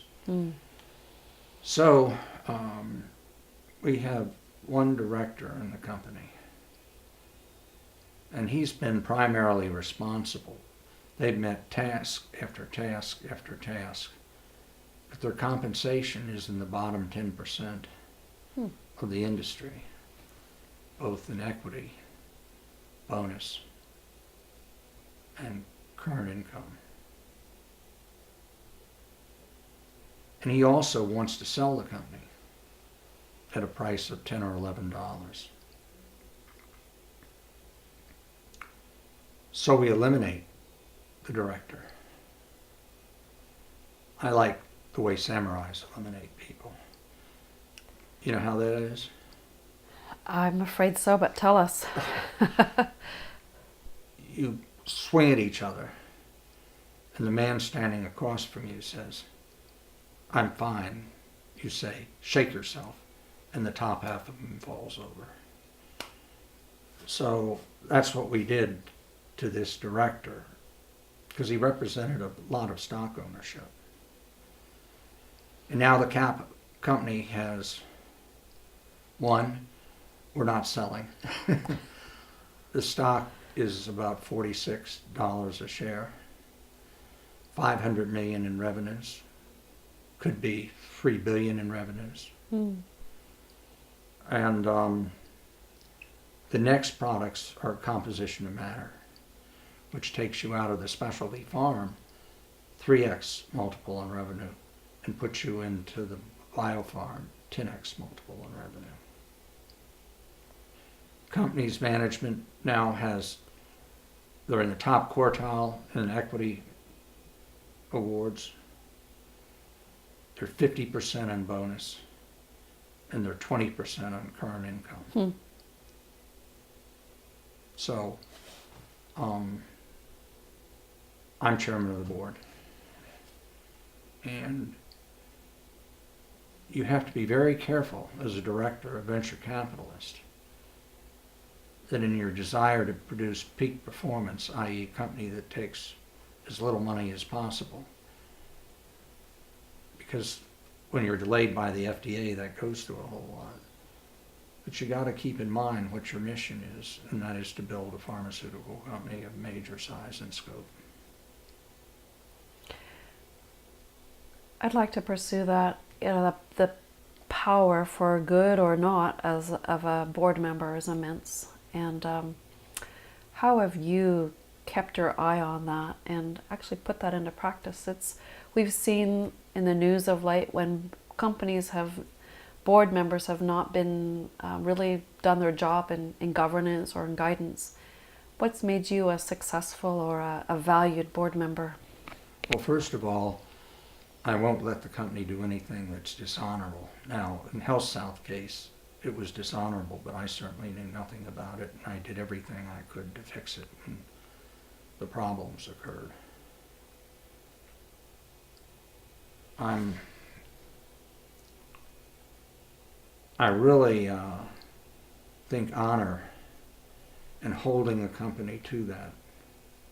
Transparent. This sounds like apple pie and motherhood. Transparency, treating your employees fairly. A lot of companies let personal vendettas between people affect who's promoted. And when you see something like that, you've got to try to interfere with it. And your ultimate power is the power of the purse, because if the company is not in break-even mode, then you control its destiny. But once the company is past that, your ability to really change those things declines measurably. So I've been fortunate enough to be involved with companies that I've treated in an honorable way. Peter Barris, when he financed UNIT, the founder of the company didn't want to let other venture capitalists in. But Peter said, I came to the party with those guys. They all have to be here, not just me alone. So I'll do it with those who came to the party, not alone. Now, Dick had this little company called Forethought.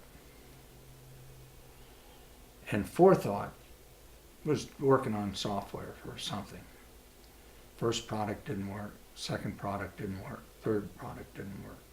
The businessman who was either CEO or COO says, I can't take this anymore. I forget what the CEO was. I mean, he was like a used car salesman. And they brought in his head of development, an English major. So we're going to start a fourth product. NEA says, no, we're not going to go along with you, Dick. So Dick says, I will finance the company myself, $60,000 a month. But if the company turns around and makes money, you can buy me out at cost. So this English major, he calls up all these software guys and company executives and said, if you were going to have a conference, what is the, what do you want? What are the features you want? And the next thing I know, they had this product, which is now called PowerPoint. They had FileMaker too. And the first day at a show, they get 2.3 million in orders. Microsoft buys them out. NEA makes 3 times on an investment that had been written off. Dick says, well, you can buy me out at cost. And I said, you're mad. We go to our investment committee, which we always did. In order to get things like that approved, we had to go to a small group of our limited partners who put up the biggest dollars. And they would, if we wanted to fire a partner, but they said, of course Dick's entitled to that. But how many venture firms do you know where the partners will take over the financing of the company? And so that's what I mean by honor that permeates. And if you're not honorable, and we've hired people that were not honorable, but as soon as we see it and understand it, we get rid of them. Those stories are very powerful examples. Thank you for sharing those. Mm-hmm. Well, the venture industry has changed a lot, and NEA with it. NEA, over the time that you were there, its funds grew dramatically from its $16.5 million to double. 3 billion plus. 3.3 billion this year. How do you see NEA as it's evolved over the years during the time that you were there? And well, I was a big believer in larger fund size because the investors that NEA appeals to are not those that are expecting a 15x partnership. The investors that NEA appeals to are the ones that want a superior rate of return than small cap companies, large cap companies, maybe LBOs. So that really is a 2.5 to 3x fund, although some of the bigger funds can do better than that. Now the problem is, where are you going to go today? Stock market, large cap equities, international equities, or perhaps you'd like to go zero yield bonds in Germany. And so big money now wants to get into private equity, and I think that trend will accelerate. So that means you have to accept $300 million checks. There are a lot of people around who have a $300 million check, but they don't have a $30 million check.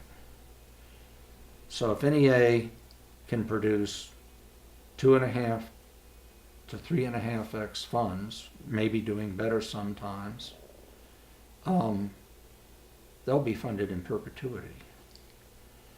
The other thing is, it takes $1 to start a company.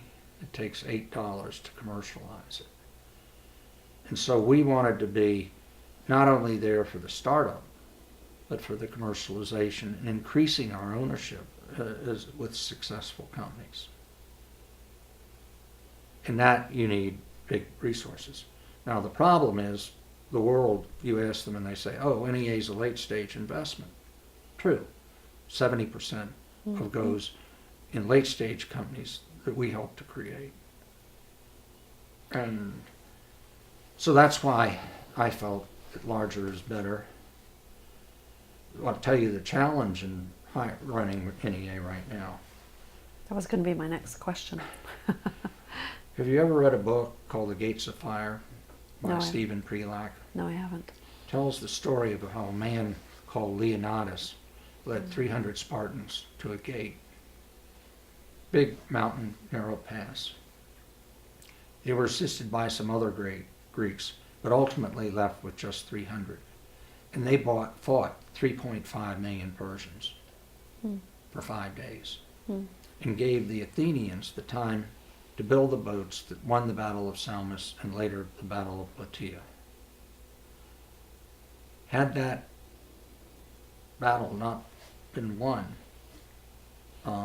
it's possible that we'd all be wearing burqas now. Rome, Greece, Renaissance Italy, all would not have come into existence.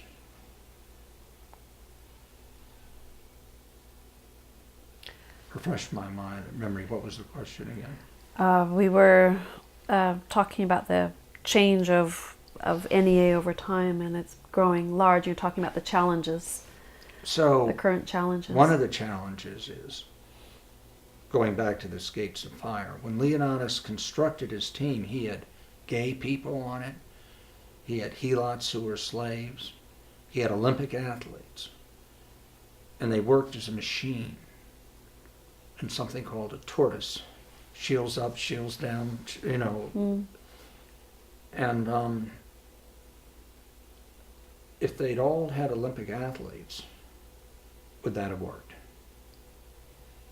Because the Olympic athletes want to jump 10 feet, take 20 arrows in a shield, and shoot all the archers.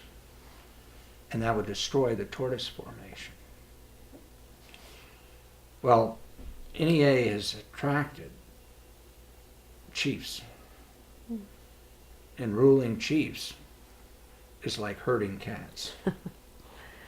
And so that's the challenge for the firm now, is to take this enormous talent and get it to work as that the Gates of Fire, that smooth functioning group of people.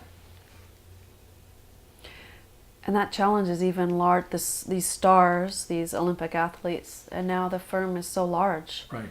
And And geographically distributed. How do you do that? compensate those Olympic athletes? When we started out, another principle was every general partner is equal. Because I'd come from a firm where people spent more time trying to produce the record, and compensation flew accordingly. But what happens when you have billion-dollar outcomes? That doesn't work anymore. So we really did two things. We instituted a bonus, modest bonus. If you make $1 billion, you get 20 million bonus. But you also get to change your carried interest during the life of a partnership. And then we created something called the management company. Dick was responsible for this. The management company takes the people, 5 or 6, who have made such a deal for NEA, a big deal for NEA, that to lose them would damage the ability of the firm to go forward. And you give them 16% of the fees, which they don't use, and some of the carry. And when you keep that valued very low, but when you retire, they turn it into debt at a very modest valuation. So we really changed that compensation from everyone's equal to a bonus, to giving people an incentive to create an organization that lasts 100 years. As you look at the industry now, there are some choppy waters for venture industry in the United States. Some people feel like there's too much money chasing too few deals. There have been issues about diversity, policy questions that are maybe undermining the ability of venture to have the flexibility to pursue deals. What do you think are the biggest challenges to the venture industry today? Well, I think you've named them, but it's always that. Not diversity. Diversity in its form now is new. It's funny if I tell you diversity, state of Pennsylvania, ask NEA, how many people that your companies employ are minorities? And these guys were union members that were on the board. And I think they were going to say, well, we're 98% WASP. You know what the minority population of our companies was? 80%. You're a minority, women. That's right. And then we have Chinese, Asians. Now the industry has not been diverse. And Tom Nichols from Harvard, who's writing the history of the industry, called me up and said, well, you know, were women powerful in the 70s, 80s, and 90s? We certainly did not have many women in the venture capital business, but Janet Hickey controlled General Electric. which was like a $5 billion venture capital firm. Mm. Dana, I forget her last name, was partnering with our Alan Patrikoff, and I think now is largely running the firm. Sage Gibbons, who did a lot of healthcare service investing with me, and that's another story. She created her own firm, had an incredible track record, and then was destroyed by accident. Mm. What's her name? Pat Cloherty. I think there were 20 or 25 women who were really powerful in the industry in the time.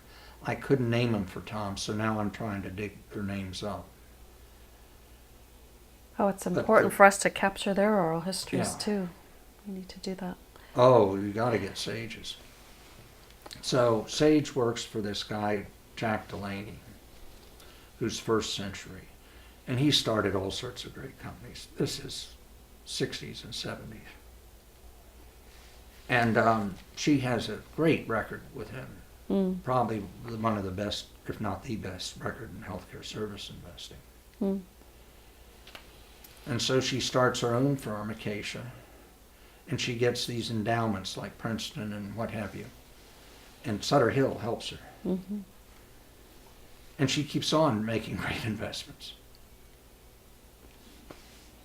And this is I think it's for both sexes, but I don't think it's possible to have two people in a family have venture capital or entrepreneurial jobs.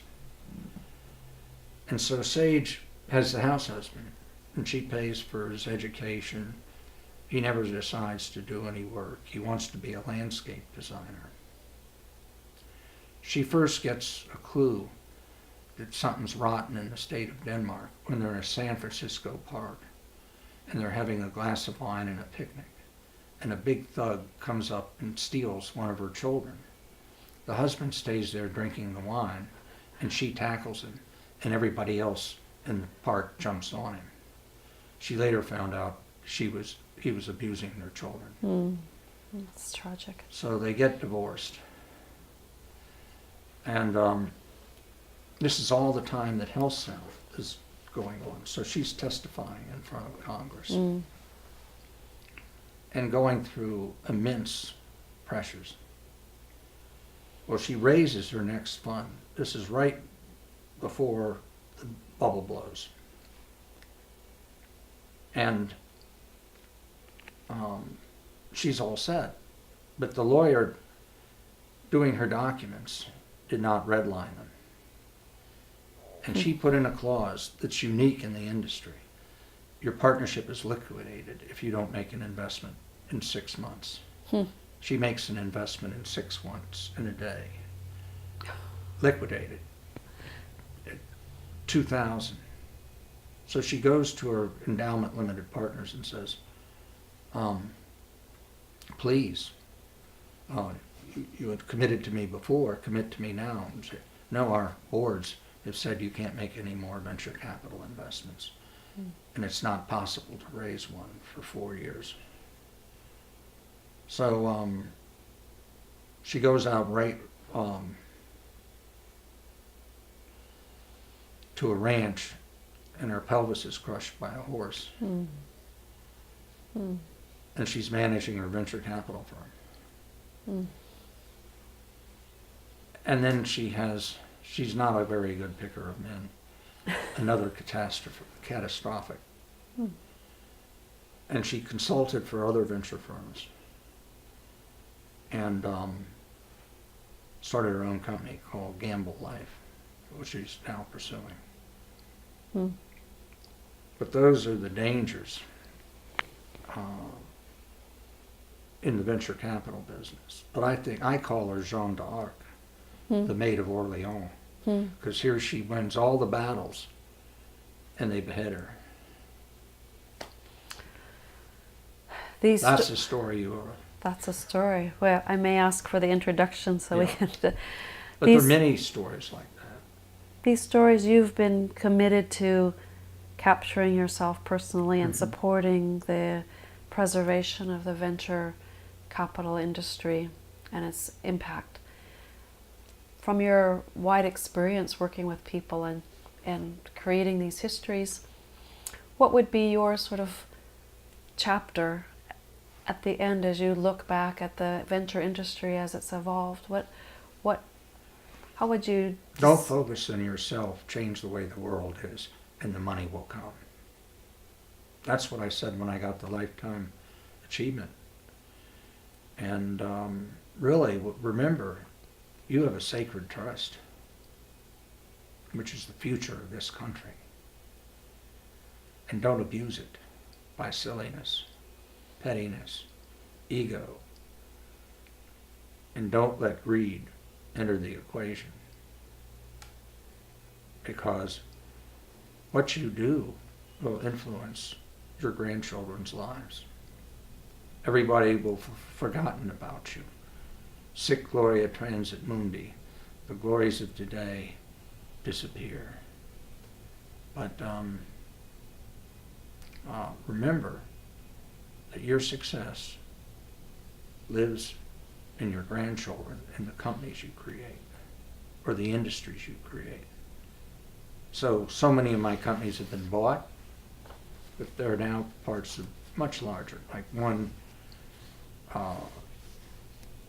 company that we tried to get in the physician practice management business, but they bought pharmacy benefit management. We got out of the physician practice management. That company became CVS and now has $230 billion in revenues. So keep that, the long term. This is not a short-term game. Focus on the long term. And I think Dick felt that. Frank in his own way felt that. Because he gave up his best companies for others to help his partners. He probably didn't tell you any of that. He told his story in his own way. When you were young, you talked about this drive that you had to try to change the world and this passion for venture. Now that you've been able to devote decades of your life and seen the next generation coming, have there been some surprises along the way? Oh, there are always surprises. Shit happens. And no, but I've been very fortunate that I have two children that think the way I do. They collect the same crazy stuff I collect. They have houses like I have, and they're dedicated to the venture capital business. I think 90% of the people you encounter as a venture capitalist treat you fairly. There are 10% that don't. But if you let that 10% influence your attitude towards the 90%, you'll never have the 90%. So lots of people, and I don't want to go into it, have really disappointed me, but turn that disappointment into a win. And somewhere I have a copy of that talk I gave at the NVCA. It was a brief one. Well, a belated congratulations for that lifetime achievement. It was well deserved. As you... I also got the Spirit Award. That's right. So Bill Draper's gotten all three, I've gotten two. And the rest of them are only hit singles. I'll tell Bill when I see him next. I said when I got the award, I just want to put the, because they have fourth generation in the business now. Yes. I said I want to put the Draper family on notice that we're breathing up their tailpipes and we have rockets ready to launch. You know, I recently had the pleasure of interviewing Bill and Tim and Jesse on stage at the museum. Of course, you know, the general was not able to be there, but we had three of the generations, and I'm sure he's on notice that the Newhalls are gunning. So you have to, in this book, you know, people in other venture firms are as important to you as your partners. Say more about that. Because you go through the good, the bad, and the ugly with them. Your partners you meet with once a week, you have your partners meeting, you see them a little bit, but most of the time you're traveling to see companies. And so I was fortunate in having Paul Wise as a mentor.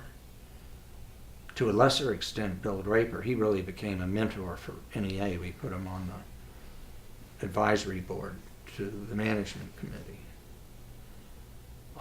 Jack Delaney at First Century Partnerships. George Dorio. Dan Gregory at Greylock. And these people would go out of their way to help me pick up the skills to be a venture capitalist. How did they do that? Is it like an apprenticeship or? Well, we'd be sitting on the board of a company together, and they would walk me through their decisions. When I got them into a deal that was sour, they stayed with me to the bitter end. And they did everything in their power to help make the company right. So I learned a great deal. Jim Blair and Tony Ebnen are as close to me. We traveled with Jim on our vacations, and Tony is just an incredible prince of a human being, and it's my honor to have worked with both of them. So whenever I would bring in an investor, going back to honor, I would do my very best to make sure that that investor made money at the round he went in or she went in. Have others been fortunate to call you a mentor? I think people would say that I've been a mentor, including a number of CEOs. Are there any of those relationships that you'd like to comment on, or that we haven't discussed so far? I think the best one is our mad Arab, Mohammed Makhzoomi. And I practically grew up with a little bugger because he was a good friend of Adair's. So I bring him in to NEA. He's worked somewhere in private equity before that. And I really groomed him to take over my healthcare service practice. And today he's doing much better than I did. And he still comes and sees us on holidays when he's back in Maryland visiting his parents. And my son is living next door to him. The venture capital business is a very strange one. And there's a lot of inbreeding in it. I mean, these relationships are formed over decades and last maybe to the next generation. So that's one of the two things that give you barriers to entry in the venture business. One, you've created this mass of people who want to bring you deals. And the other thing is you build relationships that can be worked on for generations. This isn't a common event in the venture business, but certainly among the people that grew up when I did, that was the case. I had immense respect for my, quote, competitors. Warrior, you talked about your being raised to be a warrior and how venture is a bit like fighting for the growth of your company. Against the status quo, really. I'd like to just hear you talk a little bit about that Well, how you define that battle, and how do you know when you've won or are winning? Well, the first instance is you have a unicorn, but that isn't winning. I think it's much harder to win in the long term in the technology business than the healthcare business, because once the healthcare company has its model, and we've done mathematical studies on this, it tends to work over an extended period of time. But Ascend Communications doesn't keep its technology current, showing earnings. In the life of technology companies, they reach pinnacle of success and then crash. Of course, that's Schumpeter. That is the way capitalism works. I think in 1900, the 100 largest companies and most profitable in the United States. Do you know how many of them existed in the year 2000? Of the top 100? Yeah. I was going to say less than 5% would be my guess. 4. You nailed it. And so, in all these companies, when you get involved with them, especially if you have a long-term focus, they have limited lives. But I think it's important to stay in touch with the companies which were your greatest success, which I tried to do, because they lead you to the next generation of company. And so I had one company that I sat on the board of where led me to 10 or 20 co-investments. In that creative destruction that Schumpeter talked about, Right. this reinvention, venture capital has really been a key partner with technology and making that change that's radically changed not only Technology, services. I just Services. got back from a presentation on Pelion, which makes this wonderful exercise bike. Yes. And another company that makes keys. Do you know that most, I'm going to sound like I'm biased, or a lot of people that repair locks now are associated with crooked organizations, and they take your impression of your key. So this company is founded on the basis of, like, leave your gene code, your key, with this company on the internet. You lose a key, you want to change a key, it arrives the next day. Now I'm at the point where I'm losing 4 keys a year, so. But those companies are going to be billion-dollar businesses. And, but they're technology, in a way. So it's technology in its broadest sense, but it's mostly innovation. Some critics of the industry have called it vulture capitalism instead of venture capitalism. What would be your strongest rebuttal? In other words, what could you say in terms My of life. I shoot vultures. But it is, you get, series Z, and you have all sorts of preferences. So the whole alphabet is warring with you over whose preference should be first ranked. So I've always tried to avoid that, or deal with partners. I only dealt with about 6 other venture firms. Now I had lots of other investors, but the people that I wanted in the foxhole beside me were people I would trust, that when those wars occurred between classes of stock, that they could be solved rather than a kamikaze dive. So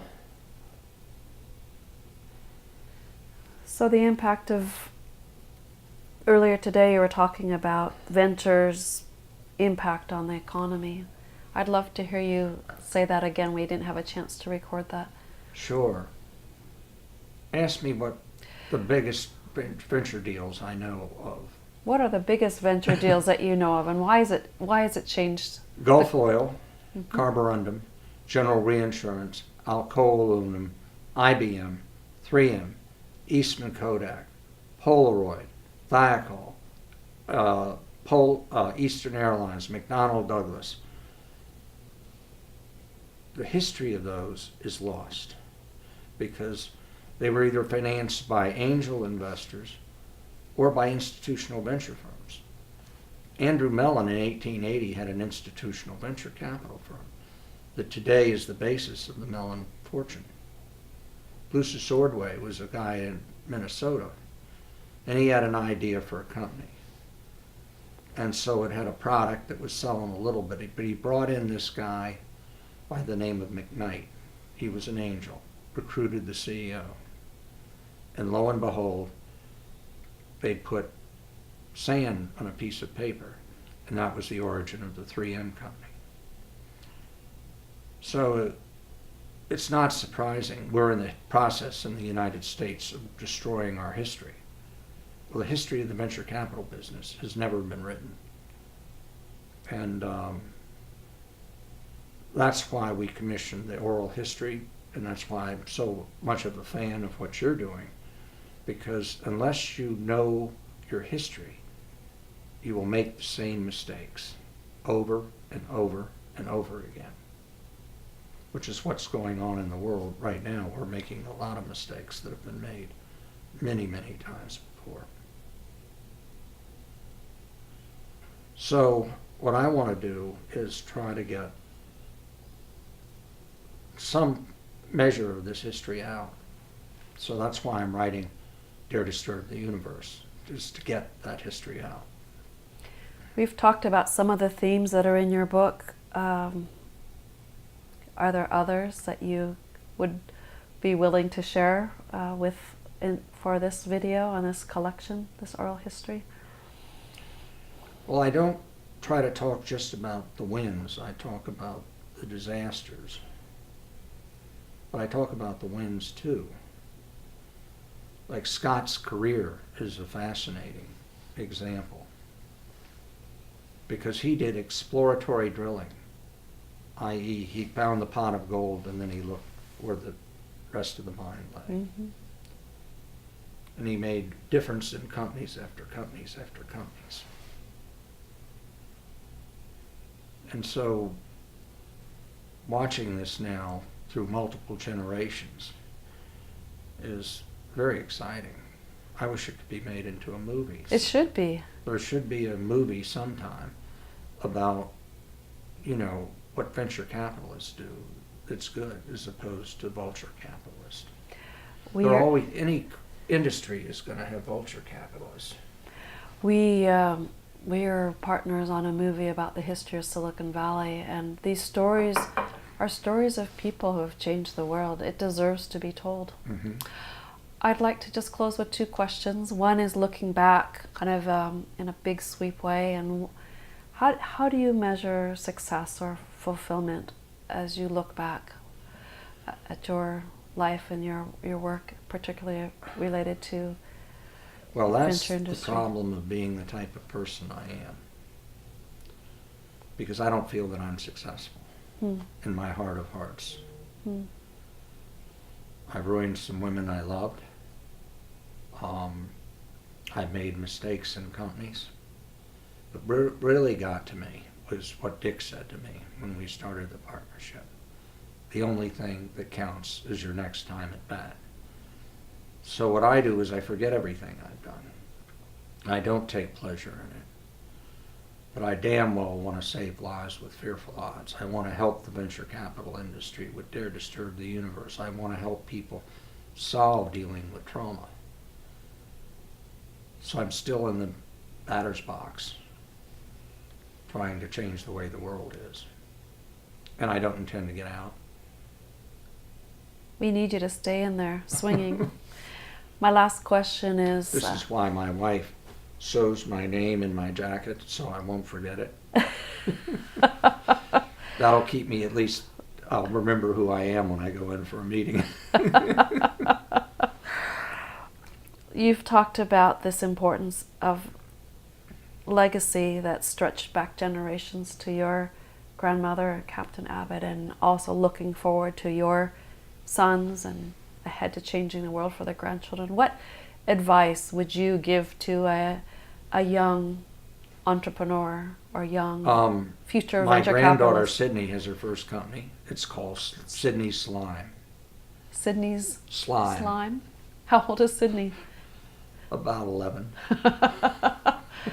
So So if you my were- advice, What would be your advice to Sydney if she wanted to be an entrepreneur or to be a venture capitalist? slime, there are too many competitors. You're not going to get a distinctive product. And it's time for you to move on and find something else and better. It's better. And we run our family like a corporation. How does that go? So we all have balance sheets. We all have P&Ls. We all have goals for like liquidity. We've written a cookbook of what are the values of this family. I wrote it. It was about 35 pages long. And we try to make sure that we're living, if the boys disagree with some of that. So my feeling, for example, is if you have a child who becomes a drug addict, rapes someone, or kills someone, you give the person enough money to live on, but you take them out of inheriting money that would enable them to do bad. Because that's what I believe in. You know, you only reward behavior that's productive to mankind. My sons disagree with that because they can't get past the thought of if their daughters don't turn out, will they abandon them? Well, I believe in tough love. So this outlines all of these ideas about how you run a family, and we basically try to make decisions as a group. We disagree. We'll get into discussions of our marriages. There's very little going on that we don't know. Now, Ashton tells me basically to jump off a cliff about a third of the time. And you know, more often than not, he's right. But that's the type of relation we have. It really, the same techniques I used with NEA are the techniques that I use to run a family. You know, I don't run the family anymore. I'm over the hill, but boys are. Tell me who that's a photo of. And photo's dedicated to my father, and this is Lawrence Rockefeller. Now, Lawrence was a man who's only mentioned in the footnotes of 4 of the 400 books about the Rockefeller family. He created a lot of companies. He created the aerospace industry. He created the airline industry. He created ecotourism like Canal Bay. So you have all these jets. Where do you go? You go to rock resorts. He also created a good part of the National Park Service. Yet no one knows about Lawrence. He's lost. And he was a whiz kid, I believe, during World War II, responsible, and clearly a man of destiny. When he was going to Princeton, his classmates would ask him, "Why do you only have a $3 a week allowance?" And he said, "What do you think I am, a Vanderbilt?" And that was the nature of him. He was tough as nails, but he also had velvet gloves. The first time I met him was my father was working on a company called Flight Refueling, which is another whole story. Basically, it was a refueling system designed for close-in support of ground troops, and it saved my life in Vietnam. But I can remember sitting in Lawrence's lap, and he asked me about my paper that I was preparing, which was about Hannibal's effect on Rome when I was 8 or something. And my father was not a poet, but Lawrence was. My father was an accountant in engineering, although he could be poetic at moments. But Lawrence was able to get, the real mission of what venture capital was. Oh, the mission of Reaction Motors is to get a man to the Mars or the stars. Think of being able to see that. You've seen the Bell X-1 fly. You've seen the Viking rocket. How would you like to do things like that for a living? He could tell a story of a company, and it was just a compelling. I guess he gave me a half an hour during cocktails. When my family heard he was coming, they prepared the house for like 3 weeks before. Everything was washed 6 times, dusted 20 times, and they dressed me in a suit that would have been very appropriate at the wedding of Al Capone. It was too large for me, baggy, and I wore a Countess Mara tie that had Zeus's thunderbolts on it. And I thought I looked like a grease monkey, which I did. But despite my appearance, Lawrence gave me the time of day.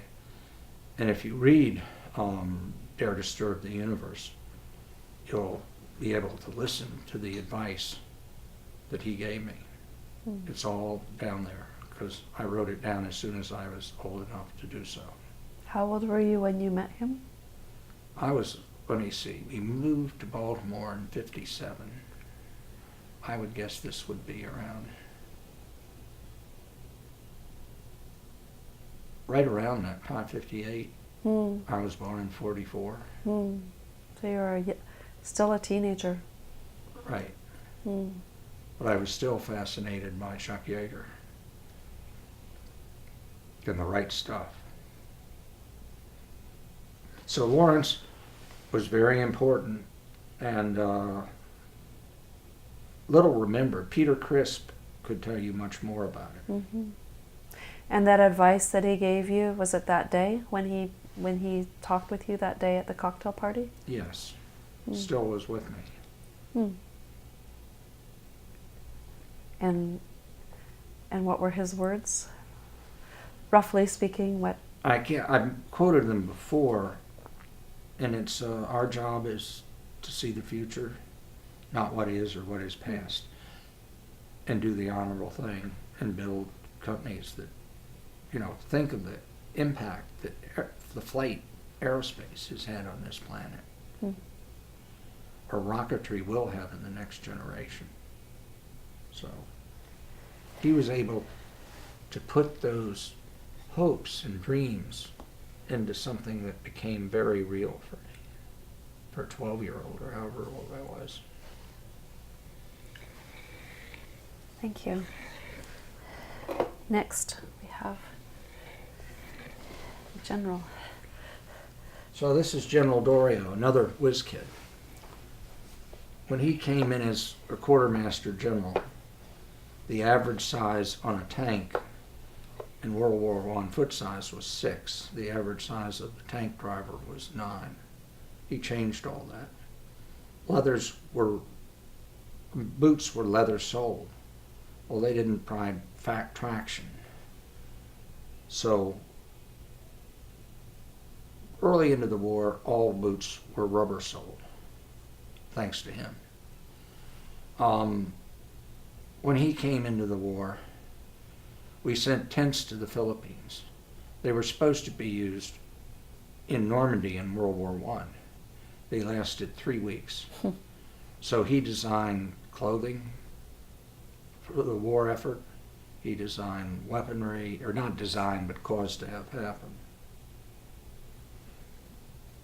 I think, he dressed like a very debonair Frenchman. And I'm convinced he practiced his French accent every morning in front of the mirror because he had a strong, poetic French accent. I don't know, I think he's scratching his ear with a pencil right here. But again, I went to him with trying to get a job. And he told me what venture capitalists do, and it's again in my book. again, the mission was the same. You've got to see the future. I would go to his mission, or his annual meetings, and he would talk about this company he'd started. And it was building a tunnel under the English Channel. And he said, I don't know whether this company is going to survive, but one day there will be this tunnel, and it will change Europe forever. And so he was able to again encapsulate for me the ramifications of what venture capital does. And that was a great lesson for a young Harvard Business School student to learn. And I'd rather go to his annual meeting than I would go to a dull statistics class that meant nothing. So that's General Dorio. Changed a lot of people's lives. That manufacturing course he had. And this is Dick Testa. Now, Dick Testa was like the head of one of the major Ropes and Gray or something like that, a big law firm in Boston. And he was like 28 years old. Testa means head in Italian. I think he graduated from Harvard when he was 12. I don't know. I exaggerate. But he was very enamored of the venture capital business. And he met a man by the name of George Dorio. And George Dorio said, I want to hire you as general counsel for American Research and Development. Not to work there, but to be our counsel. And so Dick, apprenticeship in the venture business, as Dorio said, I had a company that you have to turn around, Documation. So Dick went out there in about 6 months, the company was straight. He was only wrote legal agreements in English. And we came to him with the idea about New Enterprise Associates. He said, that's great. If you don't raise your money, I won't charge you. But I expect to be your lawyer for a long time if you're successful. And he went on to found Testa, Hurwitz, and Thibault, which at one time had almost an East Coast monopoly on representing venture capital firms. And so for me, he gave me some of the best business advice. And he explained to me how to read a legal agreement, translate it in English, and eliminate 80% of it, or 95% of it. So he was a remarkable man. He died suddenly.